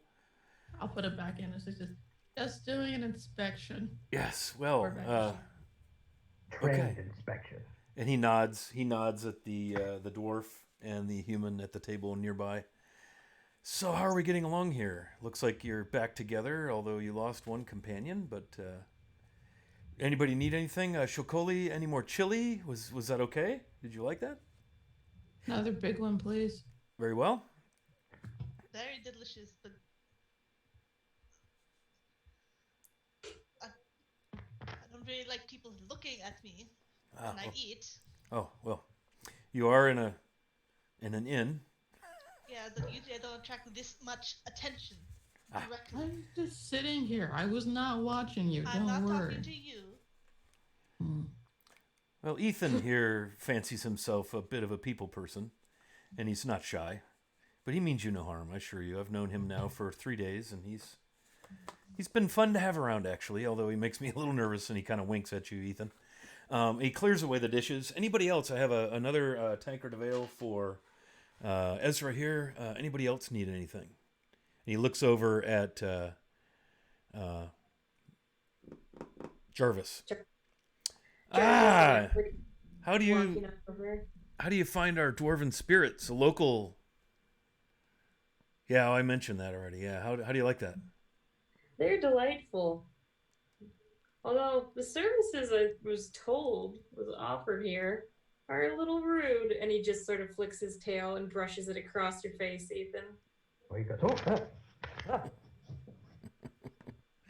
Well, he is technically done for the evening, so maybe tomorrow you'll have a little better luck. And he kind of looks at Ethan like, "Come on, man, customer."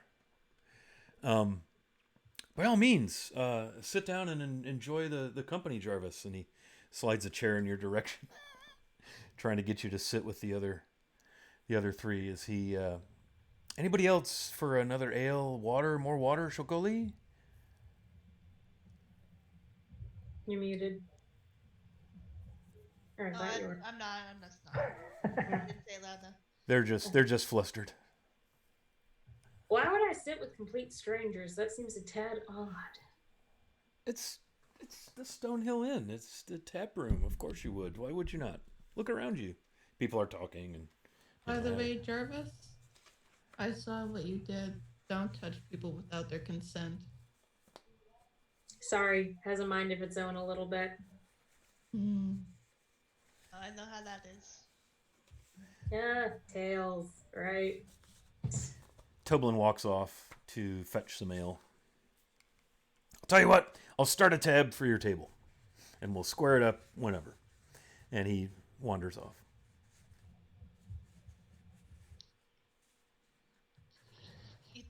Ethan, are you a fortune teller or something?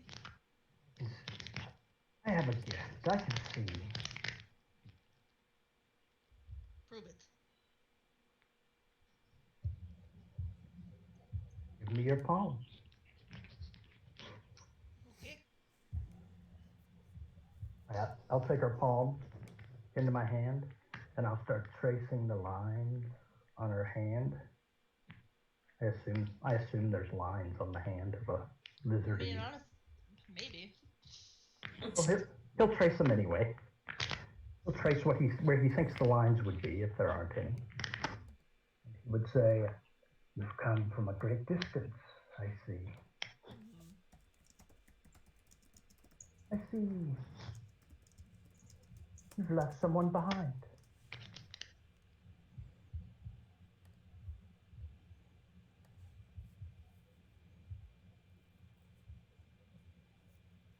Another lizard folk, perhaps.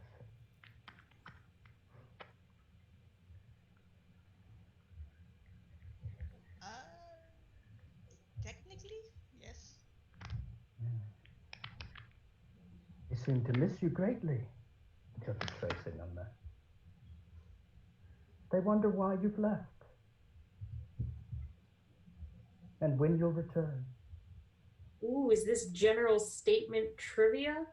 Of course those things could be true. It's also a Tuesday somewhere, right? At some point in time, it's gonna be warm out. No one believes what you have to say, Tiefling. You're the only one that seems to have a problem with me, bud. How I about don't know. You're starting to get kind of rude. Well, I'm sorry. He fucking started it. Have you met my traveling companion? so all-knowing? What is my most treasured possession that I have in my bag? Not how my gift works, I'm afraid. Fine. What am I look? I came here for a reason. Do you know that, Mr. All-Seeing Man? Not yet, but I may. I may. Hey.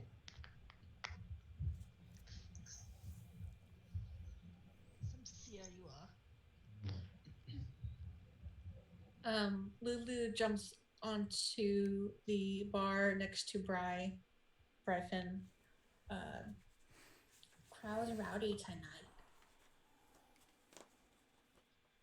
Bryfin leans over towards Lulu. Hey, are you busy right now? Can take break. What's the boss's name? Toblin. Mr. Tobin. He turns. Ah, yes. What is it? Lulu, take break now. Very well. Take your time. Okay. She'll jump onto Bry's shoulder. What's up?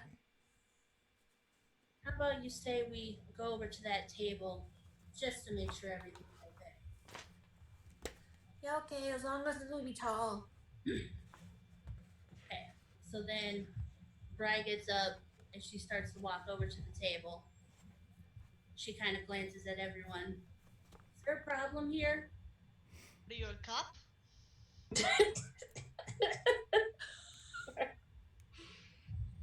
We work here just making sure all calm. Not gonna lie, I'm getting a little agitated, but I'm not gonna start wrecking the place. And then Bri kind of looks over at Ethan. Are you okay, Ethan? Oh, super. And then she glances over at Jarvis with her eyes really thin. And who are you? I'm a guy that ordered a drink and then was told to sit at a table full of very hostile individuals. Yes, well, I heard your conversation. It doesn't seem you're very nice either. Well, if you attack someone, ain't they gonna attack back? That only seems fair. Bri kind of looks at her, and then she looks over at Lulu, and then she grabs a chair, sits with them. I'm just gonna sit here. Oh, Lulu Oh. not tall no more. Oh, Well, by the way, I was just hired by your boss. Keep an eye on things. Probably to help you, I guess. Since you're here, I don't need to be here. I'm going back over the bar. Have a great day. And she's gonna go back over to the corner of the bar, perch there, and just kind of do the whole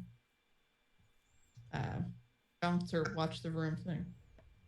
Toblin, As you walk, you Go may ahead. get, as you walk, you notice that Jarvis's tail kind of brushes you slightly. Maybe not enough to be noticed. Maybe it was intentional. Hard to say. Learn to control that. Sorry, it's new. Toblin walks over. So, Ezra, what do you think? Kind of leans on the bar.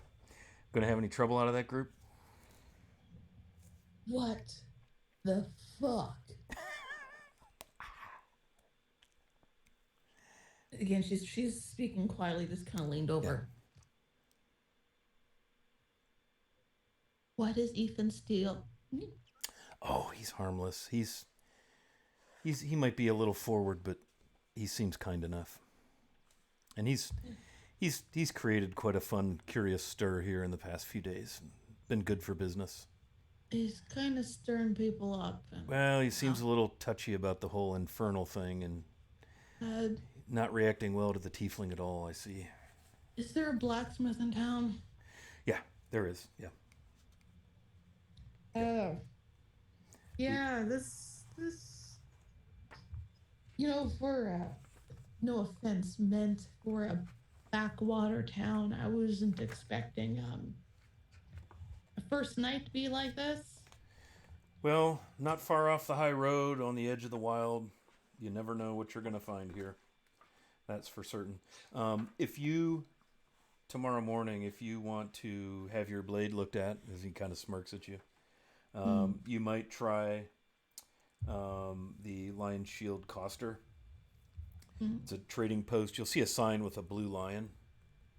The Lion Shields are a merchant group, and they keep us in arms and heavier equipment.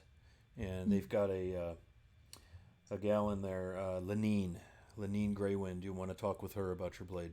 She's got as good an eye as anybody, and they do a bit of repair work. They've got a small little forge in the back. So, By the way, if anyone starts anything, you have anything against me throwing them through the door? well, I'd like to keep the place clean if I could. And you can see he gets all nervous at the idea of a mess. But This is more along the lines to prevent a mess. Understood. Do what you need to do. We really have no manner of law or military here, so.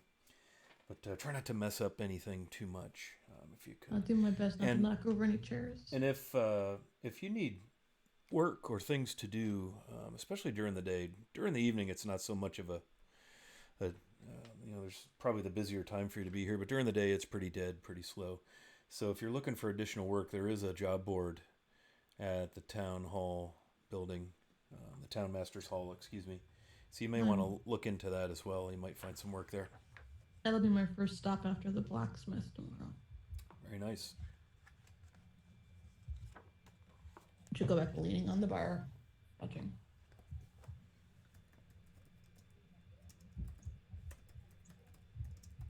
Okay. Bryphie, now look what you did. I was gonna ask her some questions. There she's go. Poof. Not Bry's fault. I gotta admit, we're not exactly the most welcoming group. Are you part of the group? Is this a thing now? I was just told to sit here. If you want me gone, I can leave. That would be probably. Where I sit, they don't find me. Look, Ethan, whatever a tiefling or a group of tieflings have done to you, that sucks. But I haven't done anything. I haven't swindled you, haven't shanked you, haven't spit on your mother's grave, dude. So whatever problem you have with me, out of it. Yes.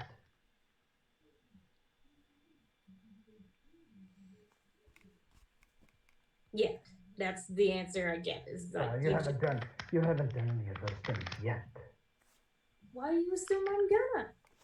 Who do you serve, Tiefling? I don't serve anyone except Jarvis Undercommon. That's me.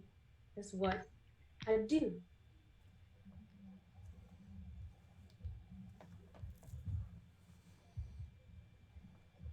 All right, Tiefling. I'll accept that for now, but I'm watching you. It seems like you watch everybody. Everybody's watching everybody. Can't come in, have a drink without something weird going on. Lulu asked to eating my watch. chili. Toblin comes back with a couple of pitchers, some extra tankards. Here you go. Here you go. Drink up. Enjoy the evening. It's still early. And he kind of scuttles away.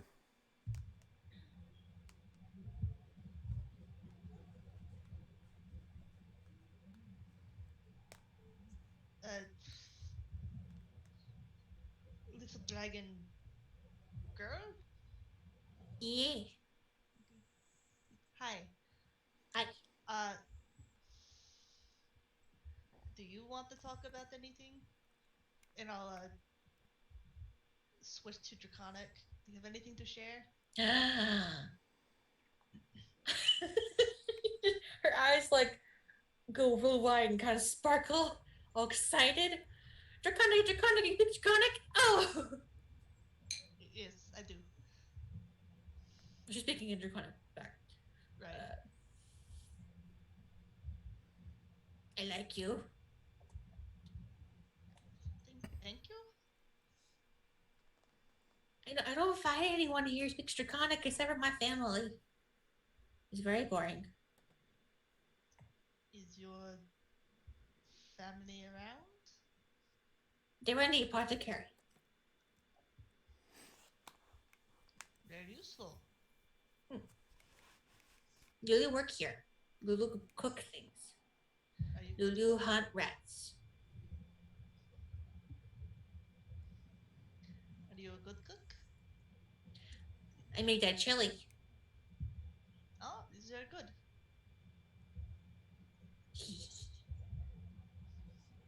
So switch back to common.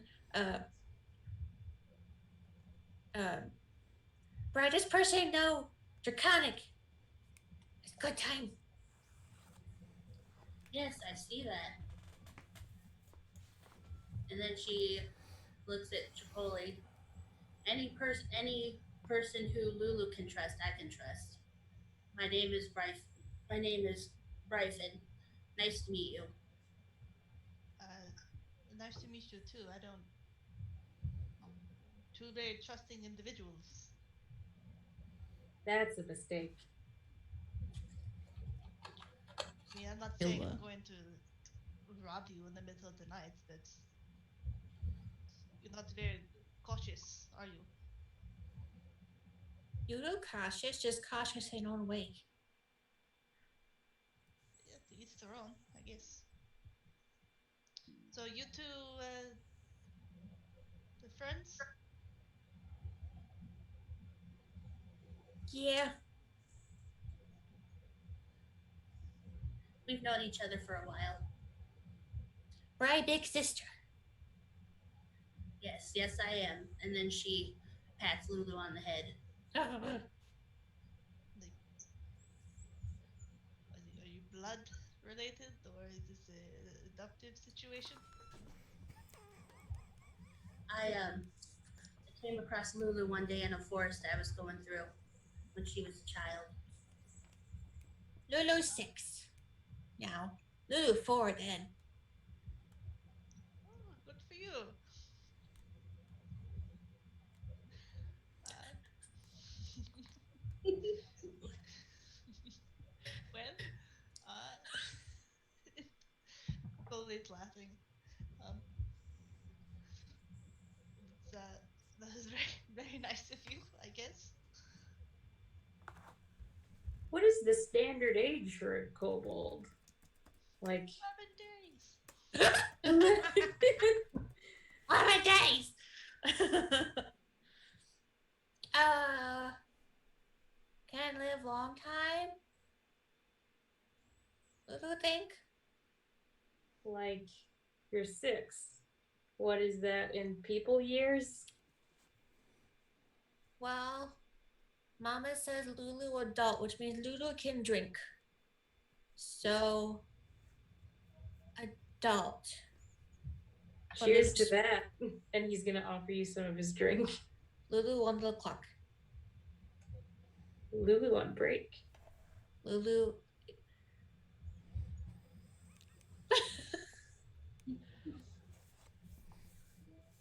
Mama says Lulu shouldn't drink before 9. It's 9 o'clock somewhere. Lulu is learning to tell time still.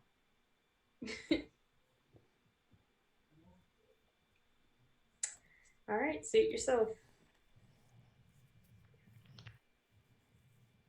Besides, Lulu not like booze that much.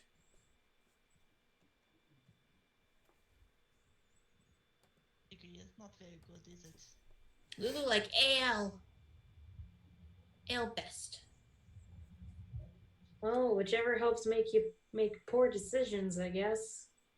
Lulu don't make poor decisions. Lulu make dragon decisions. And what are those? Tiny dragon make tiny dragon decisions. It's Yeah, good cool. decisions. Are those just regular decisions then? Or are they big and important decisions? She like blip a little bit in thought. Gah. I think you broke her. Lulu's still learning common. Back to work and she'll drop off of Red's shoulder. Scuttle back to the kitchen. And she's gone. Fun, that's one. Yeah, that seems to be pretty common for here, I guess. I thought this was supposed to be a real quiet place, and all of a sudden, it's the circus. Well, I guess the track's all pipes. Yeah, Lark, this is the busiest and most rambunctious you've seen as far as the crowd in your couple of days here. Go ahead, Shokoli, sorry. Yeah. And so the little one cooks. What do you do? I go to the woods, gather things, herbs, meats, different kinds of things for Toblin. Do you have any on you right now? No. Lulu comes back. Brad have jerky? Fry looks through her little satchel on the side, pulls out a big piece. You know, here you go, saved it just for you. She'll devour it right there, right then and there on the floor, and then disappear again.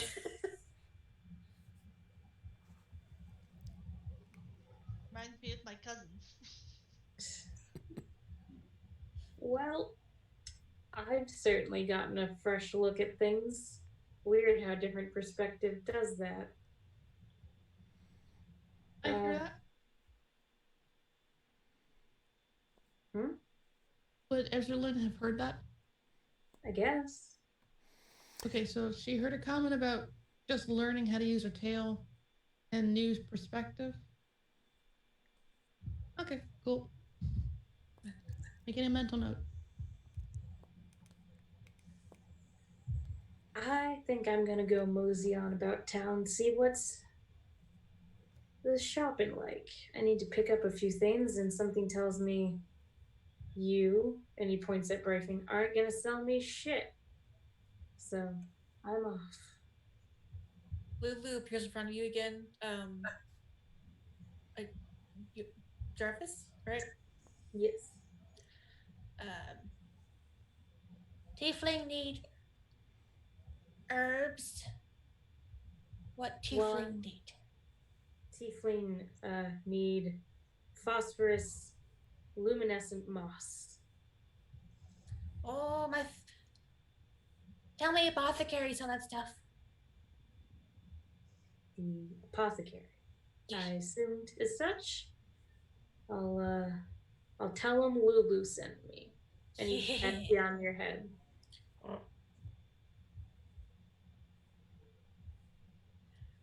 Question. I don't know, but being a kobold, does she have like a more keen sense of smell? Not to the point where you'd have advantage on anything, but maybe. Okay, so I wonder if I don't know how close Lulu would have gotten to Solana. yeah. If she would have picked up her scent and maybe compared it to picked up on Jarvis' scent, I don't know. Sure. But it's a thought. Yeah. Yeah. Roll me a perception.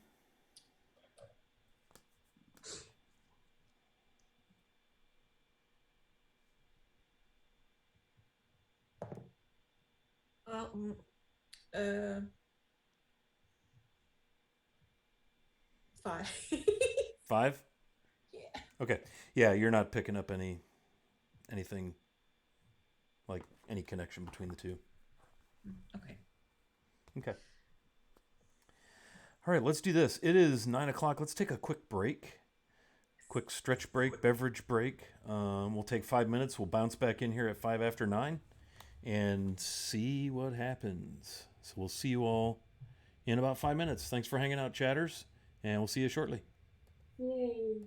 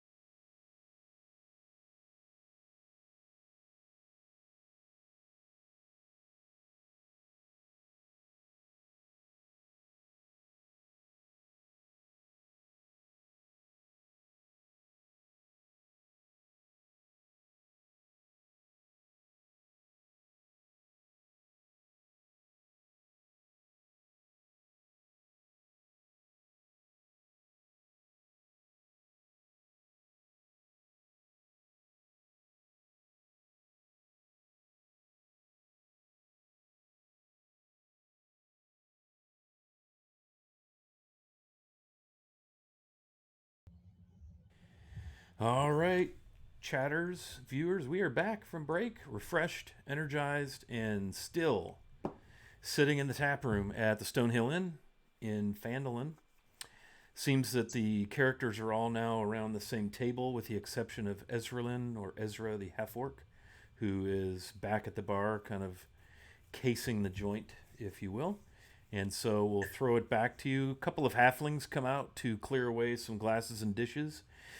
Just want to make you all aware, as travelers in town, if you're looking for work or things, there is a job board at the town master's hall. You can check that out. And maybe tomorrow, when all the shops open and things, you make yourself avail yourself of those nice things. Toblin wanted us to come out and tell you that. And they sweep away the dishes and scuttle back off into the back. Lulu stops one of the halflings real quick. Mr. Toblin need Lulu tomorrow?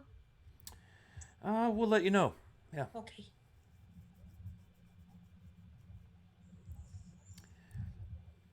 All right, so what would y'all like to do? Well, what time is it? It's getting on into the evening. You guys have been sitting around. You've had your meal, lots of conversation. So I'd say it's probably 9-10 o'clock. The tavern is thinning out. The dwarf and the human are still there talking away, drinking some beers. Nothing. They're not getting crazy or anything. The elf that was at the bar has left the inn, and the crowd is thinning somewhat. Okay, then I'm going.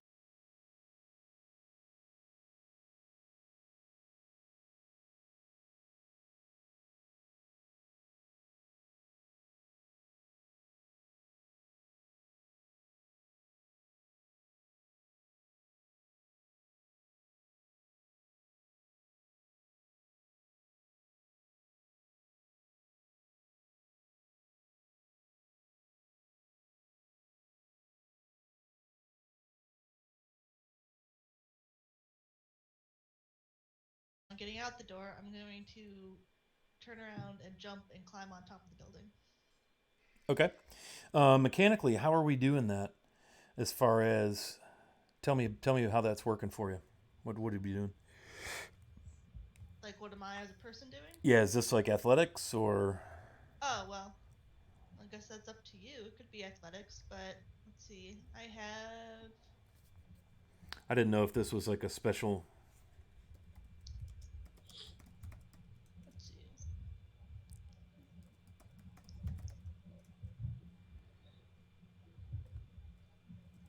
I mean, I can do athletics, but depending how high the building is, I could just probably do it because I have a feat that makes me jump really quick. That's what I was asking. Yeah. Yeah. It's the room would be. You could get to the window. It's about 23 feet to the window sash.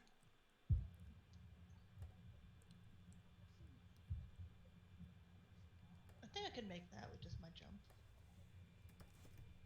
Yeah. Okay. How does your feat read? Does it tell us what kind of a skill check or?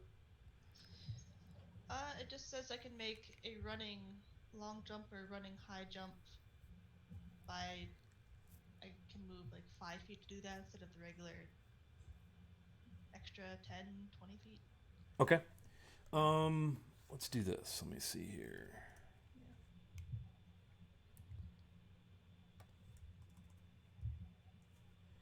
Bear with me a sec here. Jump.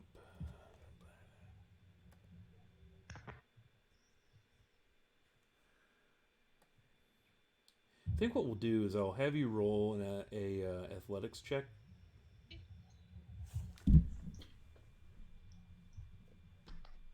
21. Okay.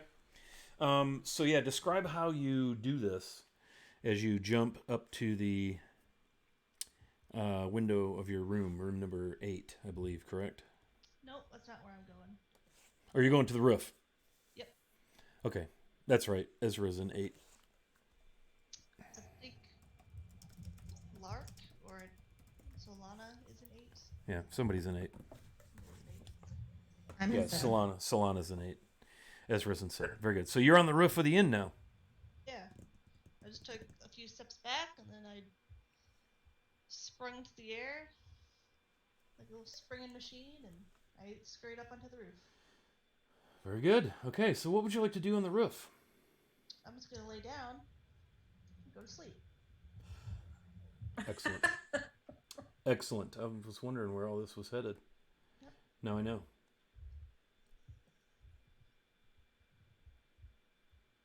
Okay. Very good. So Shokoli has left. That leaves Ethan, Lulu, Bryphon, and Lark at the table.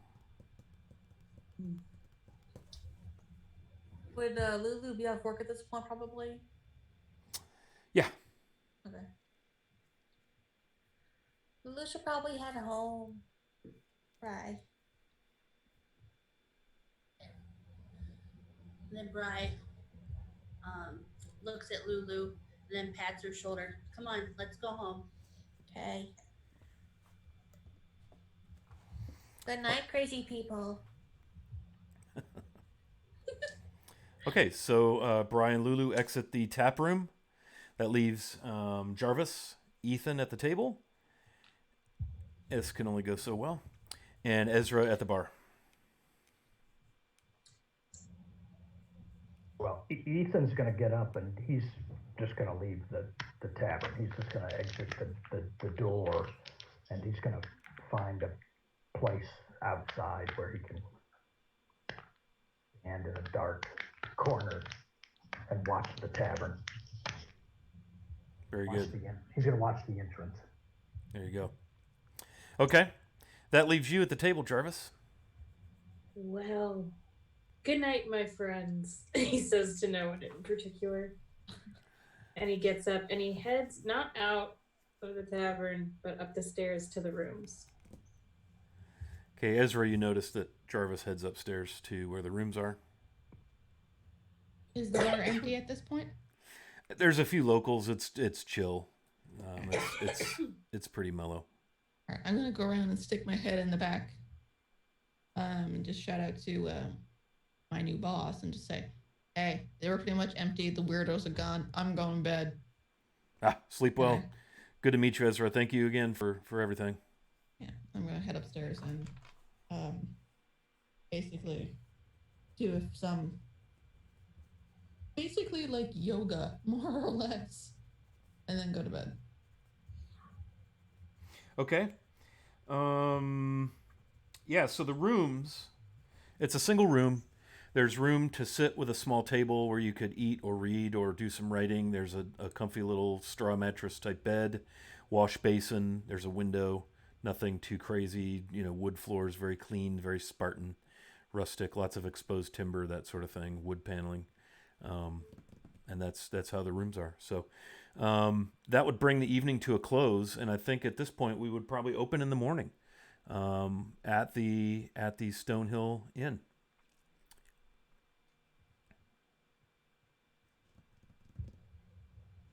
Ethan, I presume at some point you probably went up to your room. And when he realized no one's coming out of the tavern, he would go up to his room. Okay, you are in room 4. Esther probably gets up with the sun. She'll do the same thing as before she went to bed. Some very quick yoga-like stretches. Some work with her sword. You doing and then this? She'll just head down and doing that in your room? Yeah, then she'll head down and go get some breakfast. Very good. But anybody in the room might notice like workout sounds, the odd thump and stuff like that. Yeah, I would say, Lark, you might hear some kind of thumping and scraping that you hadn't heard prior to now, coming from the room beside you. Other than that, yeah, you can go downstairs and order breakfast. Toblin is there, wiping tables, getting things ready for the day. Oh, good morning, Ezra. Good to see you. Coffee? I don't know what you'd like to drink. Something to eat? We have fruit, bread, dried meats. A large coffee with a little bit of something spiked in it. Very and well. Some bread and cheese, if you don't mind. Very well. Toasted bread. Very well. We can do that. Yep. and you hear him bark some orders at there's a different serving group in there. There's a young lady, human, working, very pleasant, and she comes out in pretty short order with a like a small pot of coffee. She sets a stone on the table, sets it on the stone, and a stone mug. And she brings you like a little, kind of think about like those little airplane bottles, sort of sized. And it has some of those spirits that you saw Jarvis with last night in his glass. Is there anything else I can get for you this morning, ma'am? Bread No, and I'm bread fine, and che- but bread thank and you. bread and cheese will be right out. That's all I want. Very well. She nods and scuttles away. How about the rest of you? Anybody doing anything? Solana's gonna come down, looking a little hungover, and just mosey on up to the bar. The young lady comes over. Oh, yes, good morning. Good to see you again. Well, some coffee? She kind of looks at you knowingly. Coffee and something very greasy, please.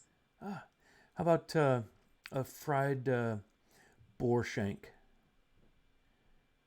That sounds positively rustic, We thank you. fry it over the fire in a nice skillet. It's terribly greasy. Sounds terribly good. Very well, very well. That'll be 2 silver. She steps off. In a moment, she comes back. Did you say coffee? Yes, please. Yeah, she comes back with your coffee.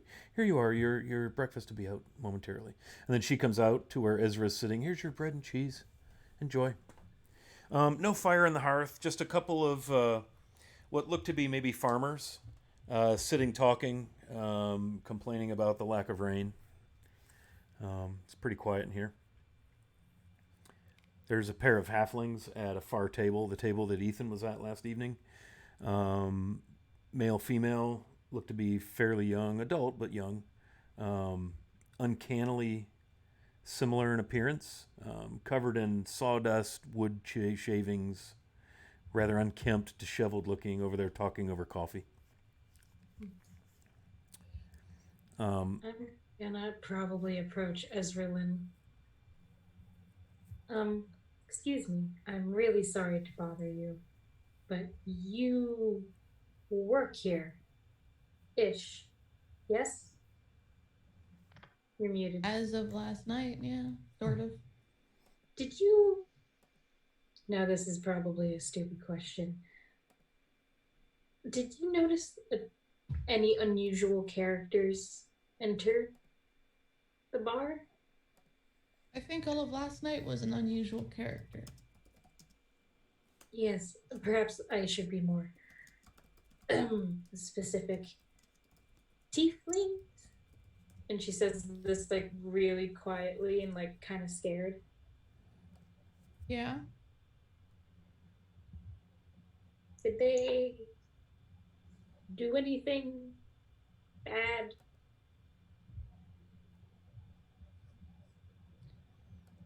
Why do you ask? And can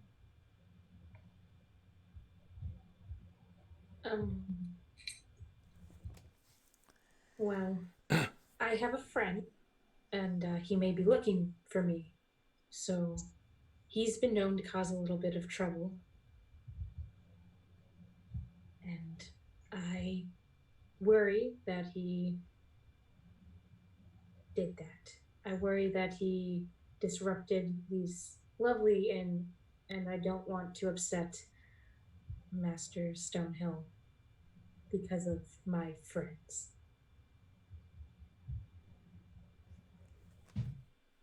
Can I insight check her? Yeah.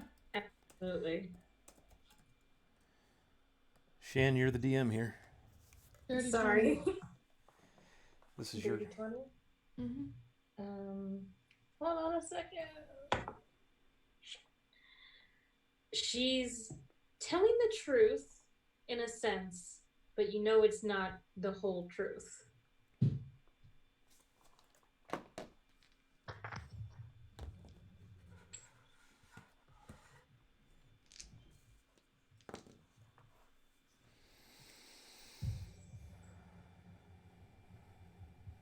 about that. I heard a scream. Um, um, all right. Other than antagonizing one of our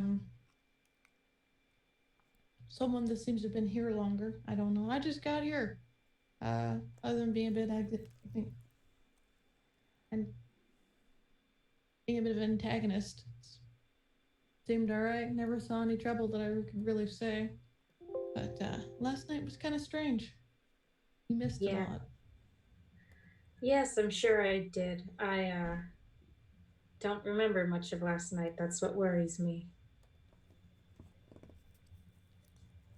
Just a touch, anyway. Can't really handle my drink, I guess. Hmm. You wanna? There's seats, table. Yes, I just I wonder. And she just moves a couple seats down and sits and seems lost in thought. Okay. Enjoy. The young lady, Sandra Lynn, comes out with your piping hot, freshly pan fried borscht. Plops it down in front of you. Can I get you anything else?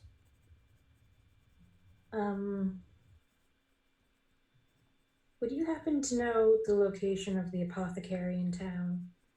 Oh, the sprouting tree. Sure, yeah, it's just down past the town master's hall. There's a nice sign out front. You can't miss it. Same side of the street. Perfect. That's all. I'll just tuck in, as they say. Yes, very well. I think at this point Ethan would come down to the main level, looking still quite disheveled, maybe some more bags under his eyes, and he would see Ezralyn, and he would approach her at the bar, and he would say, "Are we going to get the sword inspected today? What's on our agenda?"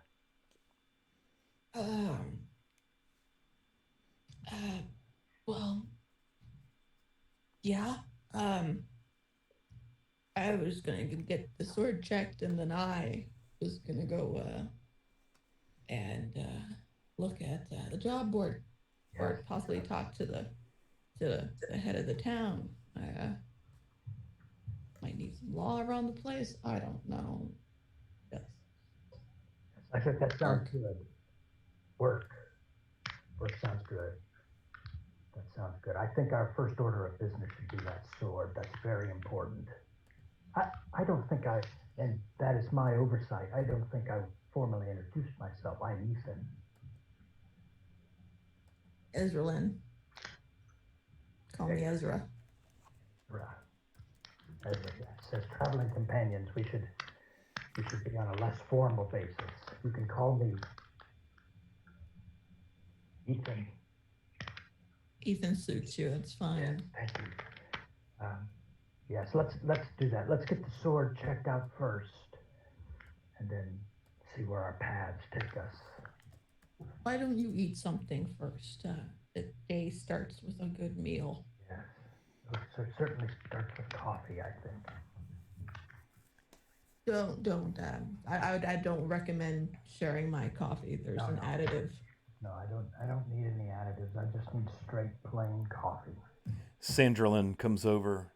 Ethan, your coffee, right? Yes, please. Very well. Anything to eat, sir? No, I don't think so. Just the coffee for now. Thank you.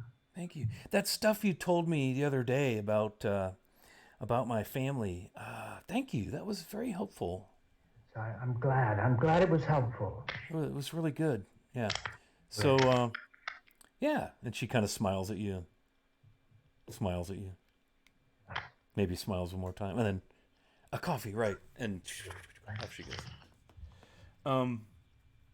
So she goes off to fetch a stone mug for you. There's a pot in front of Ezralyn with coffee in it. You know the routine here.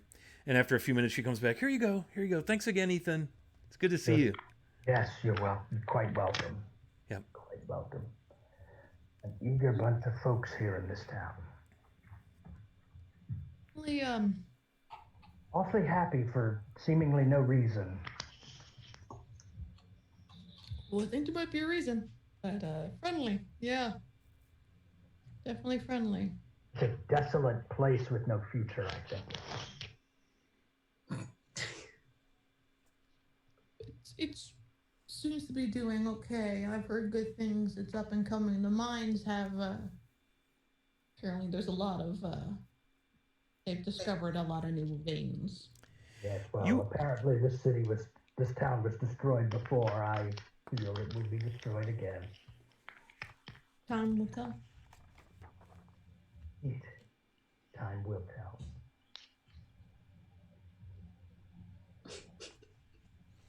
And you do know that this did once did used to be a thriving human settlement, but a few centuries ago, an orc horde had swept through and sacked it and destroyed it, and it laid in ruin for many, many years. But it's just been the last 4 to 5 years that folks have come in and started to rebuild.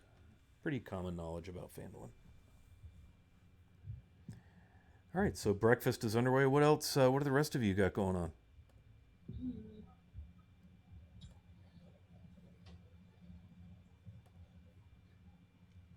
Bry walks in to the inn, and she's got this big leather satchel on her side, like right about her hip, and she walks up to the bar, and then she asks the gal at the bar for Toblin. Yeah, Sanderlin comes over. Hi, Bri. How are you today? Good, how are you doing? Very well, very well. Do you have more supplies for us? I'm actually wanting to speak to Toblin, please. Oh, okay, yeah. Let me go see if I can find him. I think he's in the basement. And she turns and heads all the way down the other end of the bar and into the doorway that leads to the wine cellar. It's like an 8x8. Dirt floor, dirt walls, and there's a wine rack. Crudely fashioned on the wall with maybe a dozen bottles of wine. A few minutes later, Toblin comes up. She's behind him. She scoots back to the kitchen, and he steps down. Bri, good morning. What have you brought us today? I actually have come to see if you need work from me and Lulu, and then she points at her satchel. And Lulu's head pops out of the satchel. Hi! Oh, that's right. Yes. No, you're free to travel or do, I don't know, whatever you do. We're good. I have Sanderlin and we have the 2 halflings in back cooking today, so I think we'll be fine. Yay! Yeah, enjoy your day off though. Good working lately. Good job. Thank you. Very nice. Yes, enjoy your day. I see some of your new friends are out there. Maybe you could share a coffee or a breakfast with them. Help them feel welcome. Lulu like jerky. Then Bri looks down at Lulu. She goes, "Okay, let's go sit at a table. I'll give you some jerky." Yay! All right, enjoy your day. He kind of heads into the back. You can hear him yelling at the halflings again. Apparently there's some kind of a mess situation. Then Bri walks over to an empty table and sits down. And then she reaches in her bag and starts to dig around for Lulu's jerky stash she has in the bag. While she's doing that, Lulu gets on the table and just like sits there, just like hopping in place a little bit, salivating a little bit. Lulu doesn't need coffee. No. Lulu is coffee. Yeah, do not give coffee to the kobold. Yes. You could, but roll for initiative. Sanderlin comes out with water for Lulu and a juice because she knows Lulu likes her apple juice in the morning. And she brings a coffee for Bryphon. Anything else for you two? No, that'll be all. Thank you. Okay. Very good. And she'll come over to Ezra and Solana, excuse me, and Ethan. Mhm. How are we doing over here? Can I get you anything at all? I'm just fine, thank you. I am fine as well. Oh, good. She smiles at you again. Good. Solana, anything? How you feeling? I'm feeling terrible, and I'm very worried that Ethan might be right. Oh, well, I hope. Can I get you anything? Maybe. Oh, you're gonna go to the apothecary. That's right. They'll Yes. they'll straighten you out there. Yes. And she just sort of like leaves an empty plate and an empty cup as she just sort of, it seems like she's on autopilot. She's just sort of ghosting her way out the front door. Talk to Mary when you get there.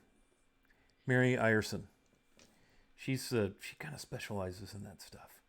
I think she leans in. I think she's a druid. Duly noted. Very nice. Selena, Alana, if you're not feeling okay or like you need protection from someone, I'm heading out in a little bit. You can come with me if you want. I can make a stop. No, I don't think anyone's trying to actively kill me. Lately. I really just need to get to the apothecary. Would Lulu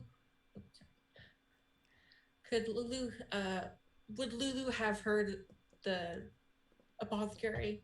Yeah, you guys are at a, there's not a lot going on in the tap room. There's a couple of halflings over there having a conversation.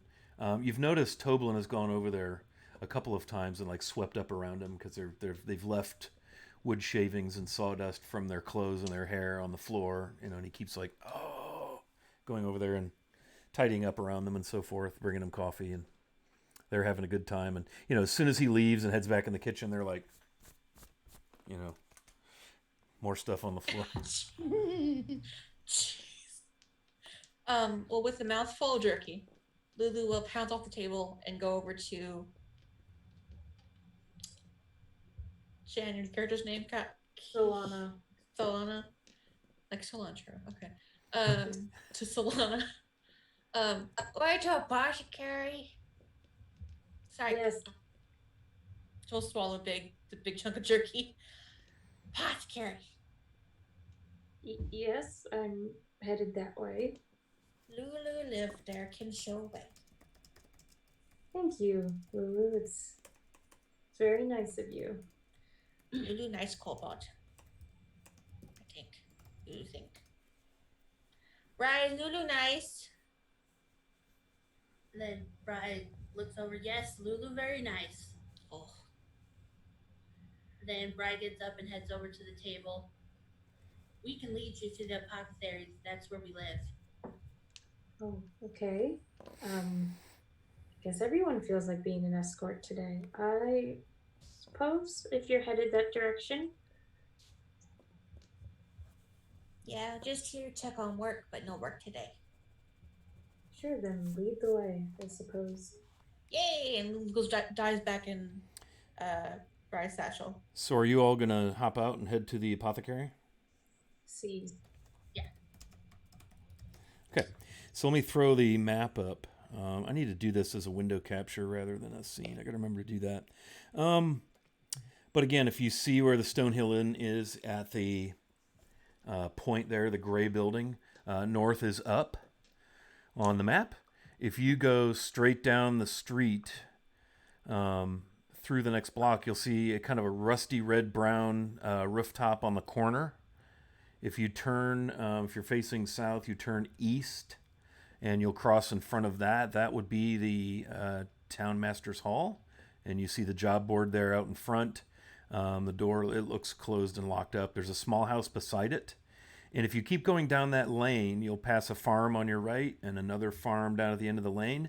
And the two dwellings that are, if you make a left turn, those two dwellings, the larger one is the apothecary, and the smaller one, set off to the side, looks to be a residence. Mm-hmm. Well, we're here. Ethan and Ezra, are you accompanying them, or are you going to stay in the tavern? I wasn't planning on it.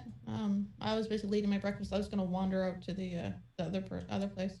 Okay. We hadn't been invited, so. Gotcha. I'm sticking with her. Traveling companions, right? Right. Okay. Very good. So we'll go to the apothecary then, and Lulu and Bry, you can lead them in there. Lulu jumps out of the satchel, runs inside. Mama, I'm back. Lulu back. You hear a voice. Did you get in trouble already? No, From no the- work today. Oh, well, nice. Then what are you gonna do? And bustling out in a, I wouldn't say lab coat, but maybe a rustic version of that. It's a kind of a long coat, but it's a little disheveled, wrinkled, kind of like a tunic and wool pants. You'll see a human woman, hair pulled back, kind of in a, I wouldn't quite say a bun, more like a pile in the back. No glasses or anything. Average build. Probably looks to be in her early 50s. Comes out and looks up startled, not realizing she had customers because Lulu didn't tell her. Lulu, why don't you tell Mother when we have guests? Are you going to introduce me to your friends? Just like cock her head and stare for a minute. Oh, well, that's Bry. I know Bry, that's your sister. Who's your other friend? Cilantro. Wait, no.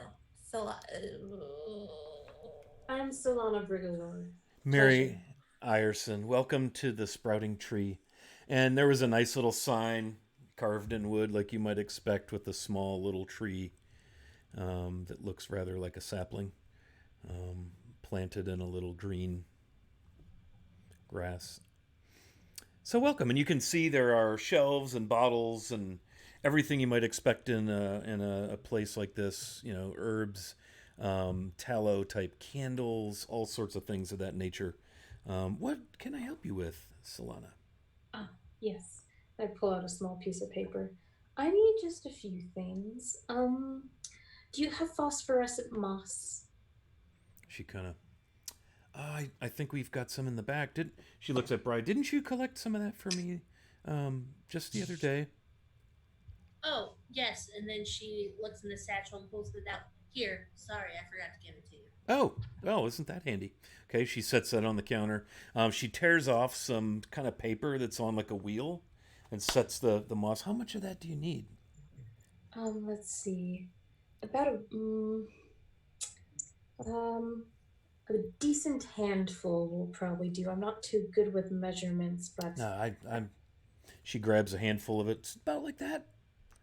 yeah, that'll work. And she's handling it carefully because you know the properties of if you crush the moss, the phosphorescence that releases that oil. So she sets it kind of gingerly in the center of the paper and kind of crinkles the paper up around it, kind of pulls a string very quickly.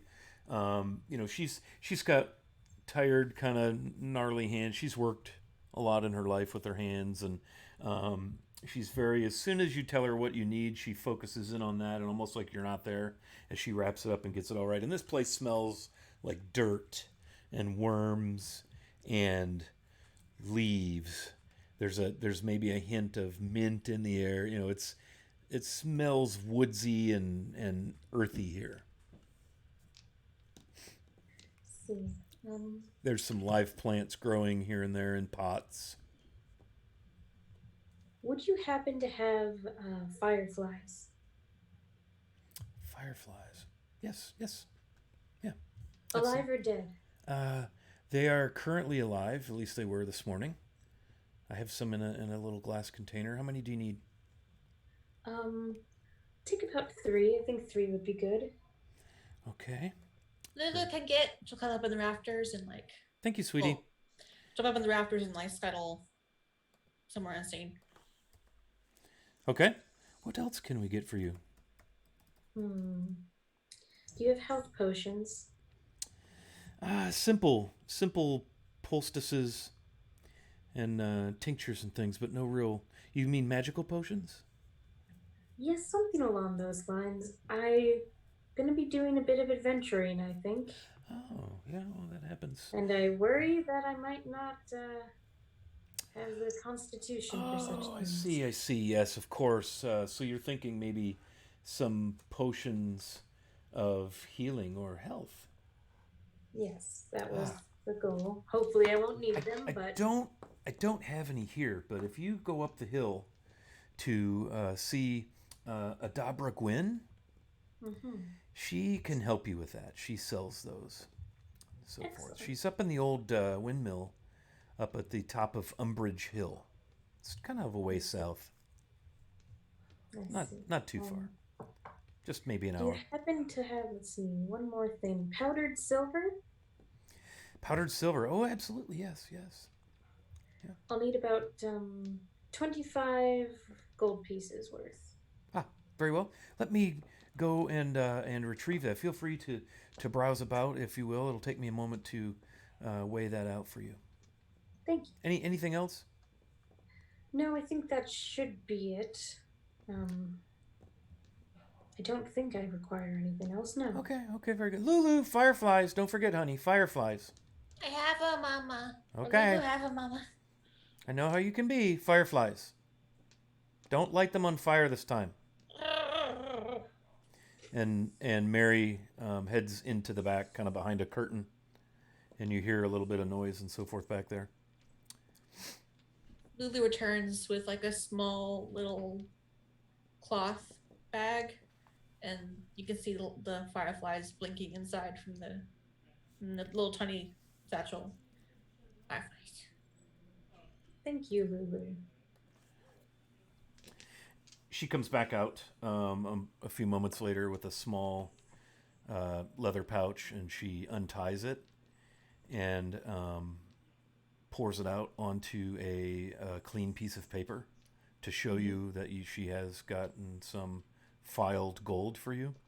Or silver, No, excuse no. me. Sorry, That's silver. the gold, mama. Mama's got it under control. Thank you, dear. Why don't you go get some jerky out of the fridge? Okay. That kobold.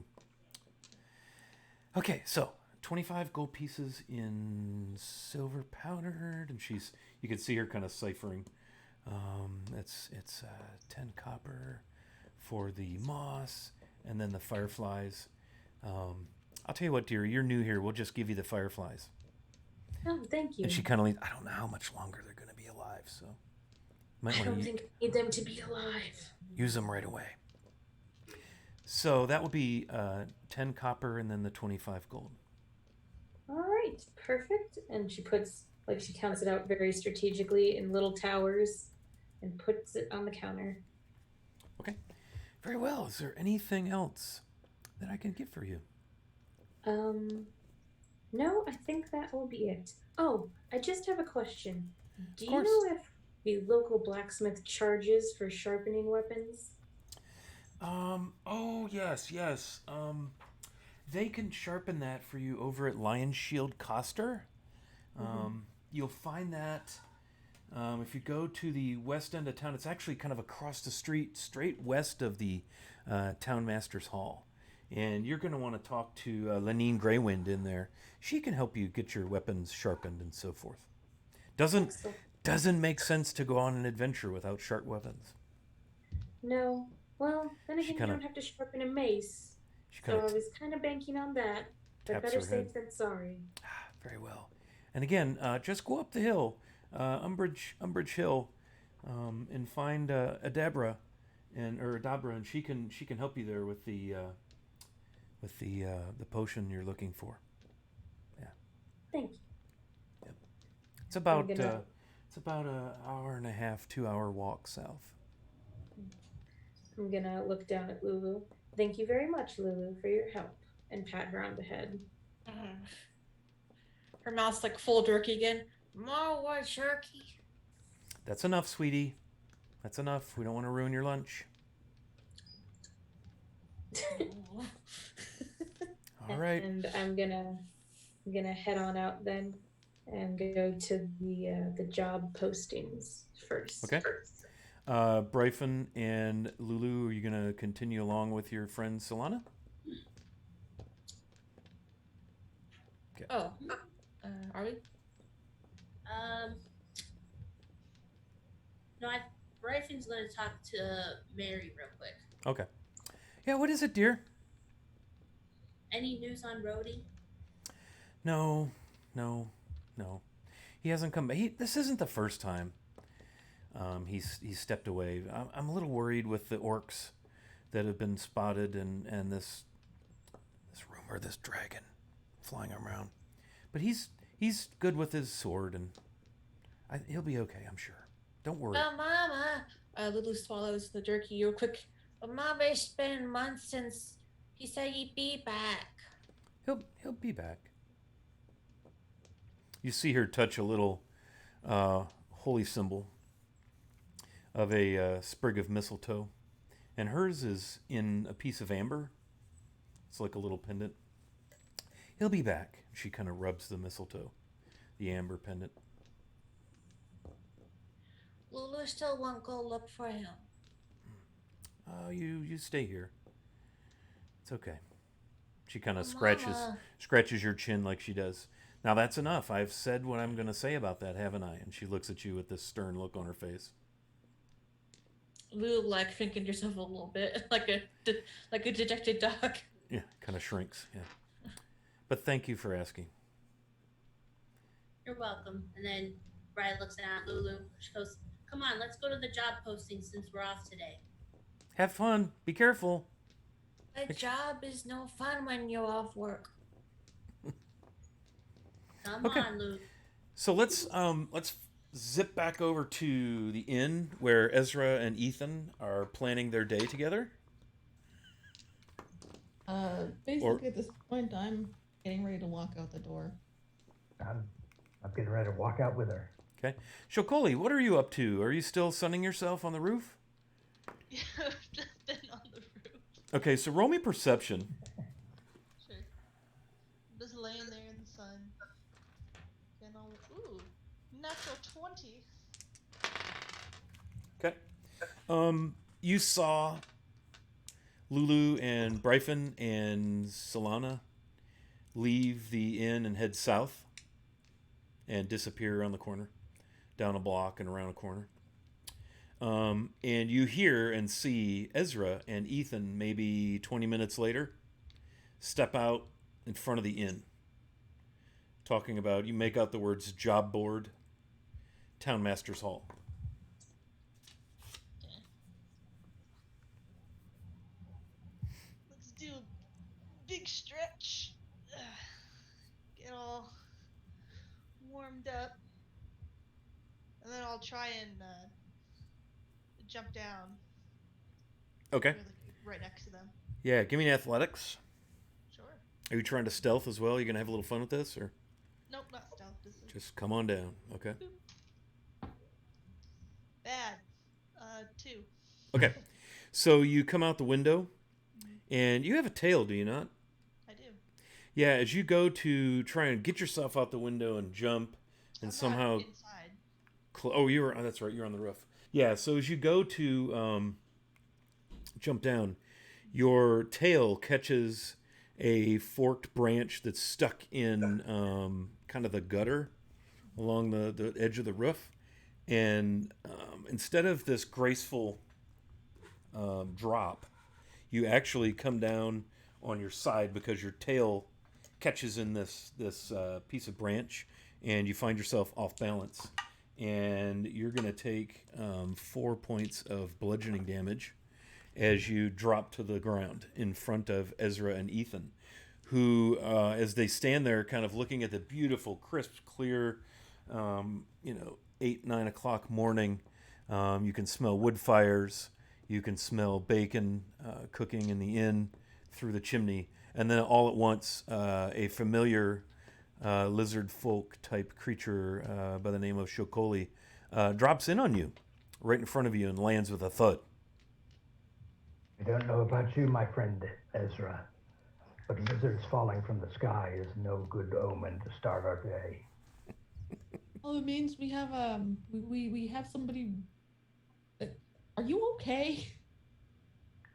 I'm fine. Thank you for asking. I wasn't talking to you, Ethan. It's okay. Holy, you okay? Totally, just lays there for a second and then flips up onto their feet, brushes themselves off, like, yeah, yes, I'm fine. Not quite awake yet? The tail got in the way. We're going to the blacksmith and job board. If you wanna go with us? Sure, I was meaning to go to the job board. It's very kind of you. All right. Let's make sure we go to the blacksmith first. That is our most pressing business. Right, because of the... Sure. You'll have to show me the way. I just got here. Oh, of course. Lead the way. I'll start walking towards the blacksmith. I'll walk just a little bit behind him. Yeah, so hang on a second here. So you make your way southward down the street, and the next block on the corner is the Townmaster's Hall, and the front of that faces the south. Again, I'll drop the map up here real quick. You're starting off in the gray building right on that corner on the point. You head south, and that Red Rift building with a little walkway leading up to it is the Townmaster's Hall. And sure enough, right in front of the hall, the door looks to be closed, but right in front of that, you see a job board. And I will read. There are two postings tacked to the board. They're written in the same script and the same handwriting, sort of a spidery, nice handwriting. And there are two of them. One is entitled Dwarven Excavation Quest, and the other one is entitled Umbridge Hill Quest. So the first one, dwarf prospectors found ancient dwarven ruins in the mountains southwest of here and have been working an archaeological dig. They seek treasure and relics. They need to be warned that a white dragon has moved into the area. Take the warning to them, then return to Townmaster Harbin Wester to collect a reward of 50 gold pieces. So that's the first one. And I've posted a JPEG of each of these quests in the Dragon at Icespire, or Dragon of Icespire, whichever it is. Yeah, Dragon of Icespire fan chat, so you can see them in there. So the second one, Umbridge Hill. The local midwife, an acolyte of Shantae named Adabra Gwyn, lives by herself in a stone windmill on the side of a hill a few miles south of Phandalin. With dragon sightings becoming more common, it's not safe for her to be alone. Urge Adabra to return to Phandalin. Once she's safe, if you can verify she's safe, visit Townmaster Harbin Wester to claim a reward of 25 gold. So one quest involves visiting some dwarves who have an archaeological dig, and the other one involves visiting Umbridge Hill. And both of them, you're basically trying to warn the occupants at each site about the fact that there's been a white dragon sighted and that they should take care. My. No. I'm guessing you've all seen this? Yeah. Have we all just kind of met up at the job board? Yes. Solana and Bryphon and Lulu are there. Ezra, Ethan, and Shokoli when you arrive. They're there looking at the same two postings. Oh, Miss Adabra. Oh. But this archaeological dig, the unfound knowledge that could be found. Riley, sorry. Go ahead. Right, we should go help Miss Adabra. Sure, let's go do that. So you guys talking out front of the job board? Is that what's happening here? Yeah. So you hear through the door, "If you're a dragon, know that I'm far too thin and bony to make a good meal. Lulu, tiny dragon, rawr. Oh, Lulu, it's you.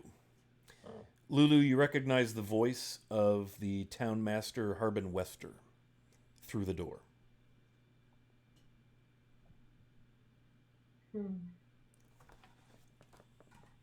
Excuse me?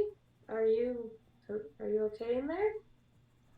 Oh, I assure you I'm quite fine in here. I'm safe from the dragon.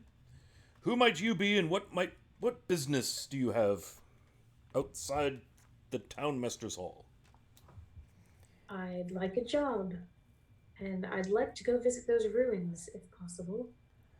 Oh, I see. The job board, the dwarven excavation. Yes. Well, that someone needs to go out there and warn those two dwarves of the fact that we've apparently got a white dragon somewhere in the area. He's been rumored to be seen flying hither and thither, and I'm sure that's going to become no end of a bother. Dragon? Anthropological studies. Dragon?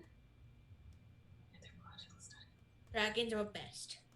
I will take this job. In fact, well, I have to go speak to that woman regardless, but I'm out of money.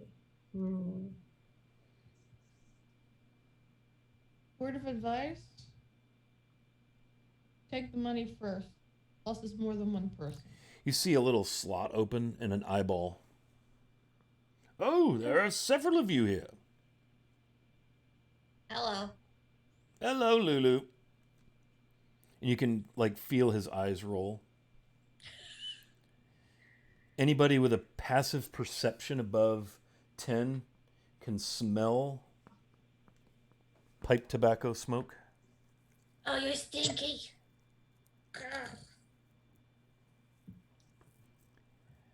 So what will it be then? Hold on just one moment. I'm gonna turn around and see everyone. We all trying for the same two jobs? It's the only work. Looks like that's the only work there is. Why don't we group's better than one person, less chance of dying horribly. That is exactly my thought. If I could interject here, excuse me very much. I'd like to interject if you don't mind. I would suggest, Lulu, please. I would suggest that you stay together. There have been orcs come down from the mountains. We don't know what's going on with this white dragon. So much is going on. We're happy to have you in town, and we would be indebted to you, well, to the point of what the payment is for the jobs, of course. But, however, indebted to you if you could warn the dwarves, and also, perhaps you could go also to see Miss Gwyn at the windmill. Yes. Well, the dwarves will be most of a day's travel southwest, and Adabra lives in the windmill. You'll have to go through the hills. She's a much closer walk. So, the choice is yours. What would you like to do? Well, I would very much like to do both, but I have a question. What is your problem with the orcs? I've never met a finer group of healers than an orc tribe. Well, I don't know what group of orcs you've been traveling with or consorting with, but the ones we're dealing with here, they haven't come directly to Phandalin yet, but we're concerned they're issuing out of the hold that they've kept in the mountains, and they're sacking small farms out on the edge of the wild. I suppose they're just as threatened of the dragons as we are at this point. Perhaps they're getting desperate. Well, whatever you do, a larger group is recommended. Keep your wits about you. While you guys are talking about the orcs, you see Ezra just kind of stick her tongue out and run her tongue along one of her tusks, the one that has a platinum, what looks like a platinum repair done on it. While you guys are talking about the orcs. Hit me with a perception, Ezra. Are you paying attention to the door at all? Yeah, she's listening and paying attention. Okay, so you see the eyeball somehow get bigger. Oh, well, madam, no offense, of course. I'm speaking of rather wild tribal orcs from the mountains, known to be inhospitable at best. Sure, please, no offense. None taken. I've had my share of dealings with orcs. So you know, Mm. yes, this particular group, particularly nasty. And it seems Yeah. they're out and about causing mischief. Yes, but if you try to understand their cultural knowledge and where they're coming from, surely they are no different than you trying to eke out an existence here in Phandalin? The eye kind of squints, looks at you. Well, you do have a point, young lady. And so long as they leave Phandalin alone, I don't suppose we'll. I mean, we don't have a standing militia, city watch, or any such thing. But as long as they leave us alone, why, we won't mess with them. I just want you to be aware that they're out there. Very well, I suppose if my group question mark is all right, I think we should take both jobs and combine our forces, and together we will surely succeed without many casualties. You see the eye in the little slot kind of looking at, scanning the group for reactions. So what say you then?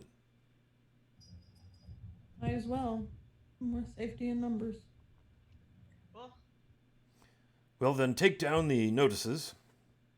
And when you return, and you can show me by some means that you have warned the dwarves, and at least, I don't know that she'll come back, but bring me back some evidence that she feels safe and secure in her tower on the hill, then we will pay you, let's see, you hear some papers, 50 gold for the dwarves, and 25 for warning Adabra. Very well. I don't see any problem with that. Sure. Looks to me.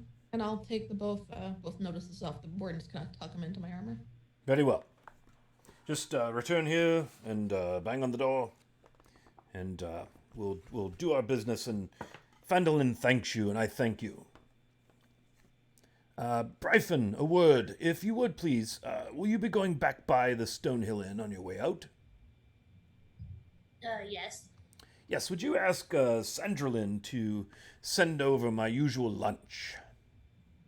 Of course. That would be lovely. Thank you. And the thing slides shut. Lulu calls or kind of yells at the door, "Stop smoking, Stinky." Lulu? You hear through the door. Off you go now.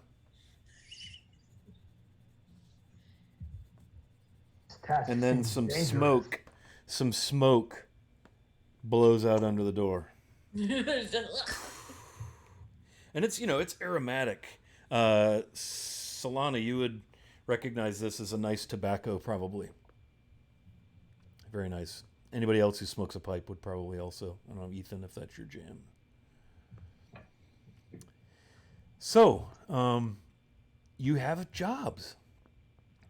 You have tasks. The cards I posted in the fan channel in our Discord so that you can see them there.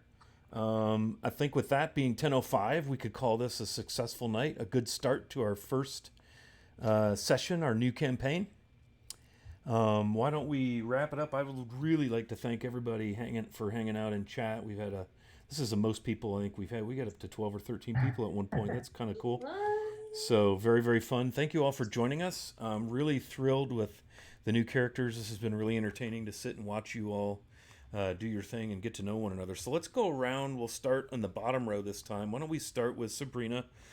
Just tell us where or how or if we can find you or anything you want to tell us about yourself as we wrap up and get out of here.